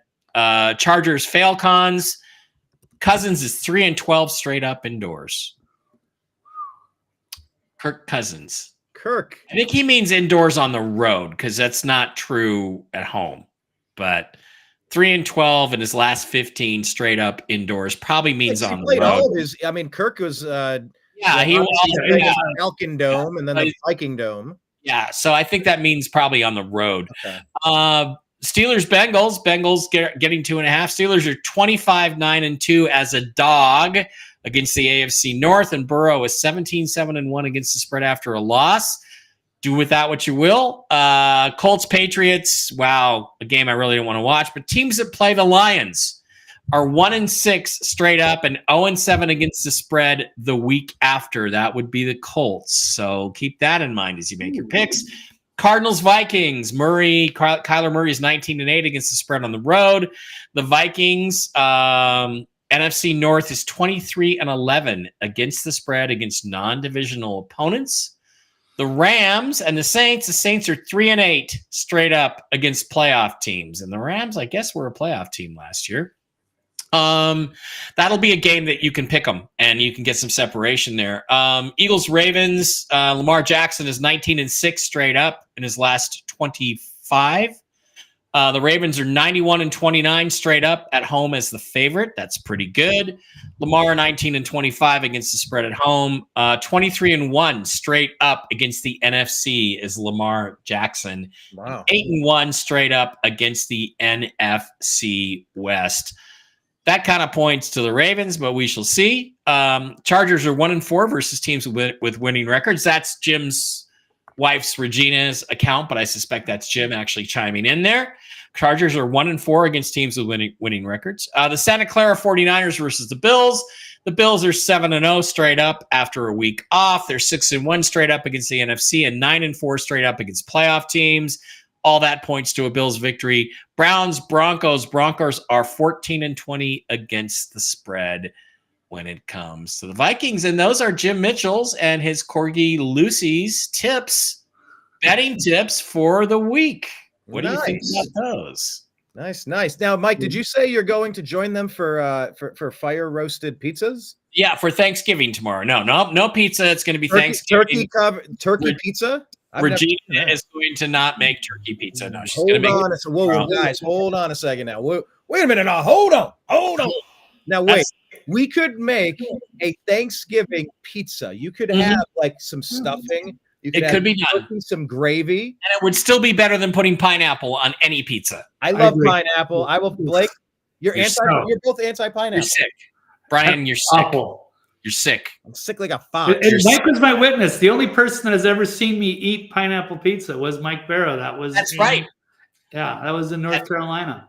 At Beer Dogs, which is now underwater, I think. But yeah, they tried. Blake did try it there and was like, I don't think this is for me. Yeah. Well, I would try a Thanksgiving pizza. I'm actually looking forward to it. Blake, now are you able to make your picks for the week? We saw our picks of the week from Jim Mitchell. Thank you for all of those. And Blake joining us for a full show. We're like, Blake, you need to get in on this pick'em action, sir. Let's see what you're made of. Let's see if you can pull up the screen.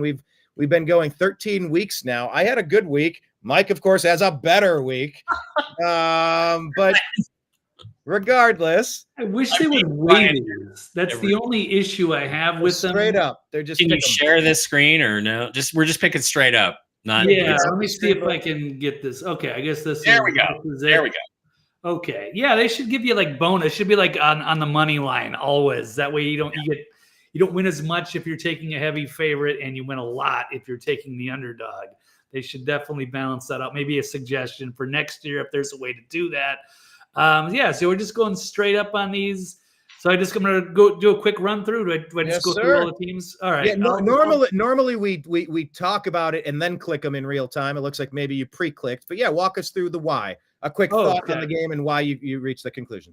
I mean, I just made these picks like in a 2-minute flurry before the game or before our show. Hey, beginner's luck. It's a thing, Right. man. I've seen it over and over at a poker table. Right. All right. Well, I think it's easy. The obvious choice there, Detroit at home, Thanksgiving against Chicago. That should be a lock as far as just straight up goes. And New York, the Giants at Dallas. I think the Giants are going to come back. I mean, Dallas is coming off the high, off of an upset victory. New York, they were criticized even by their own teammates for playing soft. So I think they'll respond and they'll beat Dallas. I might change my pick now, given the trends there from Jim on the Miami at Green Bay. Nothing is locked in until you speak it into existence. Feel free to. You can still change it. Yeah, you can click on it and change it if you want, but that's you. That's up to you. We'll run with the original pick. Why not? I think Miami's ready to play a little bit of spoiler, and maybe they'll do something. I mean, I don't trust Tua now in the cold games. It's going to be a cold game in Green Bay. I just looked up the weather. I think 32 is the high, so it's going to be a little below freezing, but perfectly fine for football weather. Green Bay probably will win, but I'm taking Miami with the spread. Kansas City with hosting Las Vegas. Yeah, I think it's going to be a revenge game. I know Las Vegas embarrassed them last year, so I think they're going to come roaring back. They're prepared for that one to dominate, and they're certainly going to be in trouble playing. I don't know if they're going to be doing Aiden O'Connell if he's coming back from injury, or if they're going to be playing Ritter. But either way, I think they're going to get flattened there. Minnesota, with Minnesota hosting Arizona, yeah, I think they're going to win that one. Arizona's going to be a tough out. Should be a good one. Houston to beat Jacksonville. Yeah, I think they're going to bounce back and go after. I think Jacksonville's probably given up on the year, so they're going to be. I don't know if they're going to put much fight into them. How about New England? Yeah, I think they can pull off a victory against Indianapolis. I do like Richardson, but he's got a lot of growth to do, and they've got a soft defense. I think New England pulls out a close victory at home. I'll give Kirk Cousins and the Falcons the nod in another close game at home. Coming off a bye, I don't know. That's a coin flip right there. Chargers could certainly pull that off. But I'll take Atlanta in that one. There's another one I should probably switch. Pittsburgh and Cincinnati. Pittsburgh really is great at pulling off those close underdog games on the road. Unless they're in Cleveland. Huh? Unless they're in Cleveland. They did not get it done there. Well, they were a favorite, though. They were a favorite. So I think as an underdog, if they are an underdog in that game, and I haven't looked at the spread, so maybe I'm wrong. That's going to be a really close one, really good big AFC battle there. I guess I'm just taking Cincinnati in that one. We'll take it. Coin flip. Seattle at New York. I know New York's coming. They got to buy. They're fresh, but God, they look terrible. Don't like the coach. I think Aaron Rodgers looks old. I think Seattle can pull that one off. What else do we have? Tennessee at Washington. I think Washington will bounce back. And take that victory after the embarrassment against Dallas. Rams at New Orleans. That's a tough one. I do like the Rams. They do have some good playmakers. I like the Cooper and Puka Nacua and Stafford. Puka Nacua. It means don't worry. Right. So New Orleans doesn't have that much firepower. So I'll take the Rams there. Carolina, I think maybe they can. I'm going to give them another upset there, if they can call it that, against Tampa. I know Baker's going to put up a lot of yards, but their secondary is questionable. I don't even know what the spread is in that one, but I'm going to take Carolina to pull off a small upset at home. Where we got Ravens. Man, that's going to be a game of the week right there. Eagles and the Ravens. I will look forward to that. And by the way, Blake, you were asking, the spread is Tampa Bay giving 5.5. Oh, okay. So 5.5, they got to win in Carolina. Yes. And hello to Kathy E. She says hello to all three of you men. Hello. Oh, hello. It's great to have you. I like the over the best in that one against the spread. Yeah, I'll still take Carolina and the points. They got it done against Kansas City, and I think they could cover there. Whether they win straight up, I took them. I'll roll with it. Baltimore, yes, they have a lot of weapons. That's going to be such a good one. I don't know. Well, I'll roll with Baltimore. Buffalo easily over San Fran, still banged up. Hostile environment. I think Buffalo gets that done. Prime time Sunday night football looks like. And then Denver, yes, has been playing very well. Great defense. I think it's going to be an interesting one to watch there. But, yeah, I think Denver gets it done against Cleveland. No offense, Brian. No offense taken. No offense taken, and no offense when you picked against the Seahawks either. In the chat room, Puka Nakua. It means I picked the Seahawks for the rest of your days, says Captain. Right.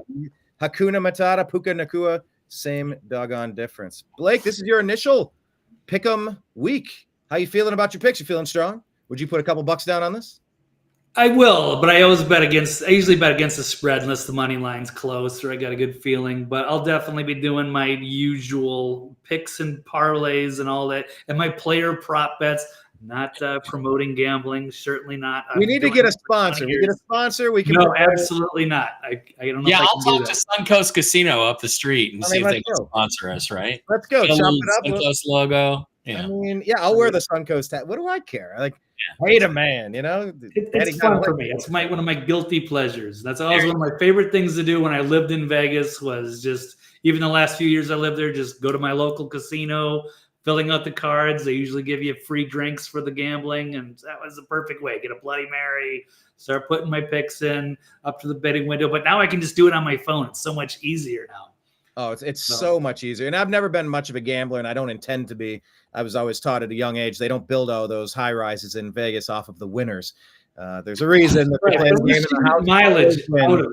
You waste money in the slot machine. You'll be eaten alive. They'll take your money so fast it'll be gone in minutes. Yeah. Whereas football game, you can get 3 good solid hours of entertainment out of that 10 or 20 bucks. Right. Or whatever. That's right. And that's why I like to play blackjack, Blake, when I do gamble, because usually, unless you have a really bad streak, you can play 2 or 3 hours. And I'm like, well, okay, so I lost $400, but would I paid $400 for a 3-hour show in Vegas? Sure, it's just entertainment. I got to drink the whole time and talk to some pretty girls, and there you are, right? Yeah, where are your favorite places to watch games? Blake, you're in a new area. I don't know if you have a spot. Mike, do you have a favorite spot to? Suncoast up the street just completely redid their sports book with just these gigantic screens, and everything's up to date and high tech, and that's pretty cool. And it's a mile away, so right now that's my favorite. But who knows what other possibilities there are? There's always it's always something. There's some great spots in Vegas that can have some amazing promos or food and screens everywhere. Yeah. It just kind of depends. I remember a couple years the Rio had like a really fancy setup when they had all the food out there. Like they go all out. So you just got to find the right ones. But tons of places to watch a game. I mean, I've done I've done all sorts of places. It was like 30,000 square feet. Hollywood Billiards. It was right on Hollywood. Right off the 101. And I mean, it was upstairs, downstairs, indoor, outdoor. And it was like couches and like living room setups everywhere. And they'd have big logos. So you'd walk in and just wander and go, oh, the Cardinals are there because there's big logos on and everyone kind of had it. It was just such a nice way to watch the games. I've done B-dubs plenty of years in different cities. I'm liking Twin Peaks now, over 100 screens right Yeah. there. And I have there's good a lot to like conversations about with everybody Twin at the bar. Like I'm meeting good people, having good conversations too. The food is shit at Twin Peaks, but who cares? I'll tell you what, the pot roast is incredible. The pot roast is actually Well, if I ridiculous. ever find my way back to Twin Peaks, I will try the pot roast. All right. So not a sponsor yet, but hey, I'm listening. Give me a call. All right, Mike Bara, you had a week last week. Blake has no history. You have an impeccable history. I wanted to lead with, look how good I did last week. Maybe my best week ever. Mike's like, yawn. I crushed you again by a couple of games. Yeah, I was 10-3 last week. Wow. I'm 119-60 for the season. This is all straight up, not against the spread. But if you bet $20 on if somebody bet $20 on every game that I picked this year, just straight up, no points, you'd be really well off right now. Not even any parlays necessarily. I'm just going to pick the exact same games that Mike Bara does, and here's $20 on each of them. You'd be doing really well. Probably it wouldn't work. Let me time out and ask one question there, because I don't gamble much. I know that there are spreads on the games. That's what keeps the action going. Yeah. Can you place a really wide margin? Can you place straight up bets without like does it just change the odds or absolutely do it? Yeah, you can place. You're not going to win much. I mean, if you're betting on a heavy favorite to win, right? You might not get much at all. You might have to put like $100 to win, $20. But you'll win. Yeah, most of the time you'll win. If you get a major upset, you'll really get screwed. Okay, yeah. I mean, I figured that's the case, but like I said, I don't have the apps. Well, if you're 119-60, like I am, you're gonna make at least a grand or so probably out of that. Even if you're only like almost double. You're winning. one away from double, Mike. So walk us through what you think, or do you want to show us what you did last week? I just want to show off last week. I'm 119-60 for the season. So let's slide up to week 13 and get our picks in for this week. Okay, Chicago, Detroit, no brainer. Detroit is the better team. They're at home. It's tomorrow, short week. Caleb Williams will probably, I hope, put on a show, but they're not going to win the game. I think that's the early game, unfortunately. I wish it was the midday game. New York at Dallas. Also, this is the midday game. New York is just a mess. I got to take the Cowboys at home. Miami and Green Bay, probably the most entertaining game of the day. I don't like Tua on the road in cold weather, so I'm going to take the Green Bay Packers. Kansas City and the Raiders. Again, pretty easy to pick that one. Chiefs over the Raiders. They go to 10-1, 11-1. Arizona, Minnesota. This will be a tougher game than you think, but and it depends. This could be a factor. If Sam Darnold is shaken by them signing Daniel Jones, there might be a problem. There might be a chance for an upset there. Having said that, I want the Vikings to win. I'm going to root for the Vikings to win, and they're at home, so I'm going to take them. Jags and Texans. Jags played the Texans close the first time they played them, but Houston needs to get themselves back on track. I think they're going to do that and focus this week. I think they beat the Jags, who are just terrible. Indianapolis, New England, Drake May versus Anthony Richardson. It's a road game, but I like Anthony Richardson playing better than Drake May and winning that game for the Colts because he can make plays with his legs. Falcons, Chargers, a tough game. The Falcons really have to have that game, but I'm going to pick the road upset. Even though it's a 10 a.m. game, I'm going to say I think that Jim Harbaugh has the Chargers ready. They go in and they're physically more imposing than the Falcons and knock them off. Another road game. I'm taking Pittsburgh over Cincinnati. Why? Cincinnati's 4-7. Deep down in their hearts, they know their season's over. They're not going to the playoffs. I think the Steelers are probably PO'd that they lost the snow globe game, and Russell is Russell. So I'm going to take Russ to lead the Steelers to do just enough for them to beat Cincinnati in a tough game. All right, Seahawks, Jets. This is a 10 a.m. game for the West Coast team. That is always something to be concerned about, but the Seahawks have played pretty well in some 10 a.m. games. The Jets are dismal. Aaron Rodgers can always hurt you, but I see no reason to think the Jets are going to get on a winning trend. Seattle's won 2 in a row. let's say the momentum continues. They win 3 in a row. Tennessee and Washington. I'd like to go with my buddy Will Levis, but I do think it's time for the Redskins to bounce back and for Jaden Daniels to have a better game at home. So I think they win that game. Rams and Saints. Logically, the Rams are a little bit better than the Saints. The Saints, however, have played fairly well at home. I think they come up with another good game at 10 a.m. And, that's an afternoon game. But I still think they come off and beat the Rams, who I think start to go into a little bit of a spiral. Tampa Bay at Carolina. Carolina's just not that good. I think Baker and Tampa need that win really badly. I think Todd Bowles and Baker get it on the road. I'm picking a lot of road teams this week. Ravens, Eagles. Logically, this is I want to pick the Eagles, but 2 road wins in a row. Very physical game. I got to take the Ravens to be just that little bit better at home. 49ers, Buffalo Bills by a mile. They're going to crush them. Broncos, Cleveland. I hate to bet against your Browns, but I like Bo Nix, and it's at home and it's at high altitude. I think I'm going to go with the Denver Broncos, and those are my picks for this week. All right. No, I like those picks, and I'll tell you why. There's 7 differences between what I'm about to do and what you just did. So if you look at what we got here, week 12, I was 8-5. That's a good week. Good week for me. Of course, Mike up that by 2 games. He did a little bit better. See, I actually picked against the Browns. I went with Schittsburg just because I had to break up. I'm always rooting for my team. I told you that Mike Tomlin was 0-7 on the road on a short week against a divisional opponent, and you didn't trust me. And look what happened. But this could have been like I drank pepper last week, and when we won the game, I wore my lucky blue socks last week. Like I got in my head on this one. I overthought it.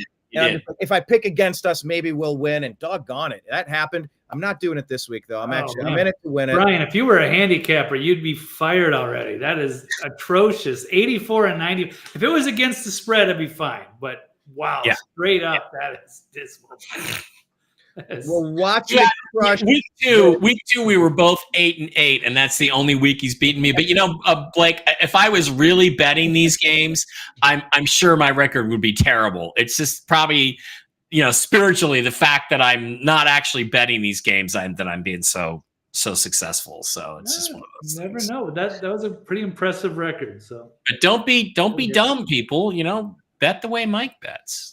Well, I think I got you this week. I got 7 differences between what you're picking and what I'm doing. I'm going to go with Detroit. I am really tempted to do this the opposite. I think 10-1, you can get really full of yourself. You know what? I'm doing it. I'm going with the Bears, and I'll tell you why.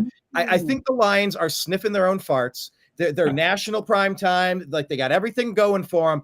And it's as soon as you start to believe in yourself, as soon as you think you're all that and you start reading the headlines, you lose a little bit of focus. The Bears haven't had it all together this season, but you know what? They got really close. They played a super tough game last week against, arguably amongst the cream of the crop of the NFC, and they almost got it done. I think they're going to get over the hump. I think this is the breakout game for Caleb Williams. You're going to see a lot of scoring indoors. So I'm going to go with the upset there. I'm going to go. Yeah, that's interesting because I remember when the year the Seahawks won a Super Bowl in 2013, I got to go to one game that year. The game I picked was like week 15 against the Cardinals. The Seahawks only needed one more win out of their last 3 games to clinch the division and home field advantage. And they just didn't show up to play that day. And the Cardinals came in really determined and just ran the ball relentlessly. And I went to the one game at home the Seahawks lost the year they won the Super Bowl. Yeah, that's me. So I get it. I get what you're saying. I think there's some validity to that. I take the points, Brian, but straight up, it's all good. We're gonna find out. And I'm a Lions fan. I'm pulling for them. But I've got some of those Bears on my 4 different fantasy football teams, and you're kind of waiting for them to figure it out. Keenan Allen and Odunze, and they have talent on that team. So anyway, I'm going with that upset. I'm going to pick the Cowboys over here. New York is in free fall mode. They're trying to get their quarterback with the number 1 overall pick, sitting at 2-9, battling Vegas for that. So I'm going to pick the Chiefs there. This is a super interesting one here.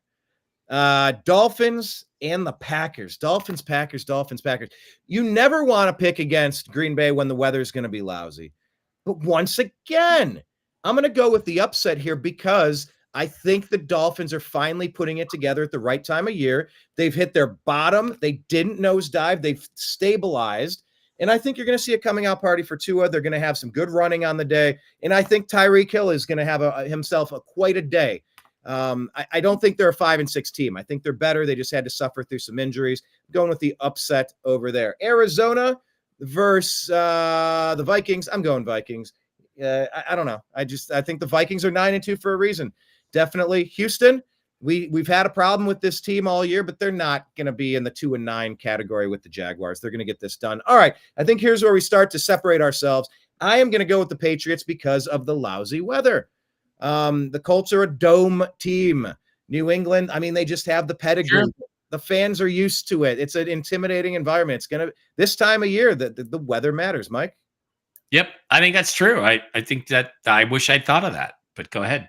So I'm going with that there. And I think Atlanta coming off of the break, they're going to be well rested. Look, the cheater Harbaugh over there with the Chargers. Look, they are a talented team, but Mike, I mean, you said it right. Like Herbert doesn't get the big games won. Kirk Cousins is elite, wouldn't you say, Blake? Having ran your team, the Vikings, for several, he's elite. He's a good guy, and he puts up a lot of yards. He's fills the stat sheets. I mean, I root for him, but I mean, yeah, he does also throw terrible interceptions at inopportune times. It happens. It happens. That's very capable. You have a chance to win with Kirk. Yes, every game you have a chance. And, by the way, I wish there was a way to quantify stats that, like, if Joe Flacco airs it out 40 yards, 45 yards downfield, and it's an interception at the 22, can we just call that a punt? Like if it's on third down, especially, oh my God, he threw an interception. He's the worst quarterback. It's like, you're going to punt it. Why not give yourself a 50-50 ball to come down with it? Opportunistic, strategic interceptions, I don't have a problem with. But like you said earlier, Mike, when you're throwing an interception in the red zone, you're costing your team an instant 3 points right off the bat, and those add up over the course of a game. Yep. So anyway, I think Cousins and the Falcons are going to get it done. And by the way, I'm going with the Cincinnati Bengals. They know how to play in this weather. Not that the Steelers don't. But I do not believe that the Bengals are a 4-7 team. Yes, their record says that they are.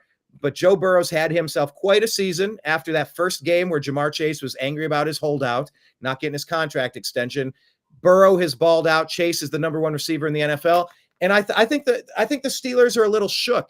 I think the Browns punched him in the jaw, and like the jaw punch we were waiting for Tyson versus Paul that never came. Yeah. I think that the Steelers just got punched in the jaw. They got beat by a team from Ohio, and I think they're going to get beat by another team from Ohio back-to-back in the elements. I'm going with the Cincinnati Bengals there. Seattle at New York. Man, I am so tempted. Well, New York is bad, but Seattle's not good. It's at 10 a.m. It's East Coast. It's on the road. Take the Seahawks out. I'm going with the Jets. I'm going to be the perfect contrarian to all of these last batch of picks. The talent surrounding this Jets team, they should be putting up more points than they have been. Maybe it's a matter of getting everybody on the same page and just figuring it out. I just can't believe that they're not going to get it done, although Jackson Smith and Jigba really is coming on at the right time for you guys, kind of carrying the load. I'm going to go with the Jets in the upset pick. Can't do that with Tennessee. Yes, I will. I'm going with Tennessee. I liked Will Levis. Washington, like you said, he's got that tweaked rib. He's not the same quarterback. He's throwing the interceptions. He's not closing the games out. And Will Levis is ascending, whereas Jaden Daniels is kind of plateauing and dropping down. You're catching one guy coming up and one guy coming down. This is the midpoint where they say hello to each other. And I'm going to say the Titans are able to elevate. I don't share your optimism, Mike, on this one with the Saints. I think the Rams are the better team, and they will prove that against New Orleans. Tampa Bay, Carolina, I'm going Baker and the boys. It's huge having Mike Evans back. And, geez, 4 different running backs or 4 different players scoring rushing touchdowns for Tampa Bay. I mean, they're known as a throwing team. If they're also a running team, good grief, watch out. All right, Philadelphia, Baltimore. This really is a coin flip. I don't know what the line is on this game. It is in Baltimore. You never want to bet against an AFC North team. rocking a home game in late November. However, I think the Eagles really are the better team in this one, so I'm going to pick the Eagles there. San Francisco, Buffalo. The 49ers, as Mike so eloquently said, they're dinged up. They're an injured team, and they're 5-6 at that. And that was including some of the games where they were a lot healthier. They're not as great this year. I'm picking the Bills, especially in Buffalo, late November game. Look, I get that the Mile High Stadium does things to people, but I think beating the Steelers does things to the Browns. Browns are going to win this one in Mile High and improve to 4-8 on the year. Those are my picks. Bold. A bold set of picks from both of you gentlemen. Well, thank you very much. Thank you very much. All right, we're going to wrap up today's awesome episode. Blake Wally joining us, had an awesome appearance today for the full time. I love it. Mike, yes. So let's do this. Let's start with Blake while we're there. Blake, anything you want to tell people about, places to find you? You do other shows. Just here's your chance to tell us. Say quick, just TV's Blake Wally, and the archive is on thenextlevelnews.com for all of the non-football shows that we do. All right. Nice. And let me promote Blake real quick. He did a great job. He and I went to North Carolina. We did a documentary called Hurricane Helene, Help on the Way. Blake did a great job starring in it, producing it, editing it, putting it together and getting it out there. Although I do still need the watermark version. I don't know if that expired. I never it's already in here. I just emailed that to you a long time ago, dude. Can you reset, or is it there now, or does it expire after 14? Check your WeTransfer. If it expired, I'll send you another one. Okay. All right. TNAM watermark, making a note. But check out that documentary, Hurricane Helene, Help on the Way with Blake. Mike Bara, you do a bunch of shows. Tell people about those. Just mikebara.blogspot.com or just Google Mike Bara. There's be a lot of bullshit about me that's not true, but you'll also get the link to my blog site. Mike Bara Chat on Telegram is a great place to catch up and follow me at Mike Bara 333 on Twitter X, seahawkboymikeb on Twitter X as well, and just find me everywhere, Mike Bara. There's not that many because not that many people spell it the way I do anyway. So nice to have you here. And of course, always follow Strictly Football on Twitter. TNAM, right? TNAM Football. TNAM Football. Yes, TNAM Football. That's where you find the Strictly Football show. Thank you, Mike. Thank you, Blake. Yes. Special reminder, we do have these. These are made in Ohio. They're wooden coasters, sets of 4. One shaped like the great state of Ohio, and the other in the circle shape with our beer mug. So if you shoot me a Venmo at Brian Engelman, I will send you one of 100 of these pins. I will never make another version of this pin exactly like this. It will forever be a collector's item. Shoot me $75 and I'll send you all 3 of these, shipping included. These are awesome. Ohio-made wooden coasters for your man cave. Check out the Unhappy Hour Sports Show in all the places. Check out the New American Media in all of the places. Check out the Agree to Disagree show that Blake is so often co-host, contributor, producer, engineer, all of those things as well. And yes, I also play, I'm a utility infielder for whenever somebody needs a day off over on Toxically Masculine Tuesday. Where the boys do their regular thing. Of course, you're doing Whiskey and Wisdom tonight as well, Mike? Tonight at 5 Pacific, 8 Eastern, Whiskey and Wisdom on the original Mark Z's channel on YouTube. And featuring Mike Bara's bad dating advice.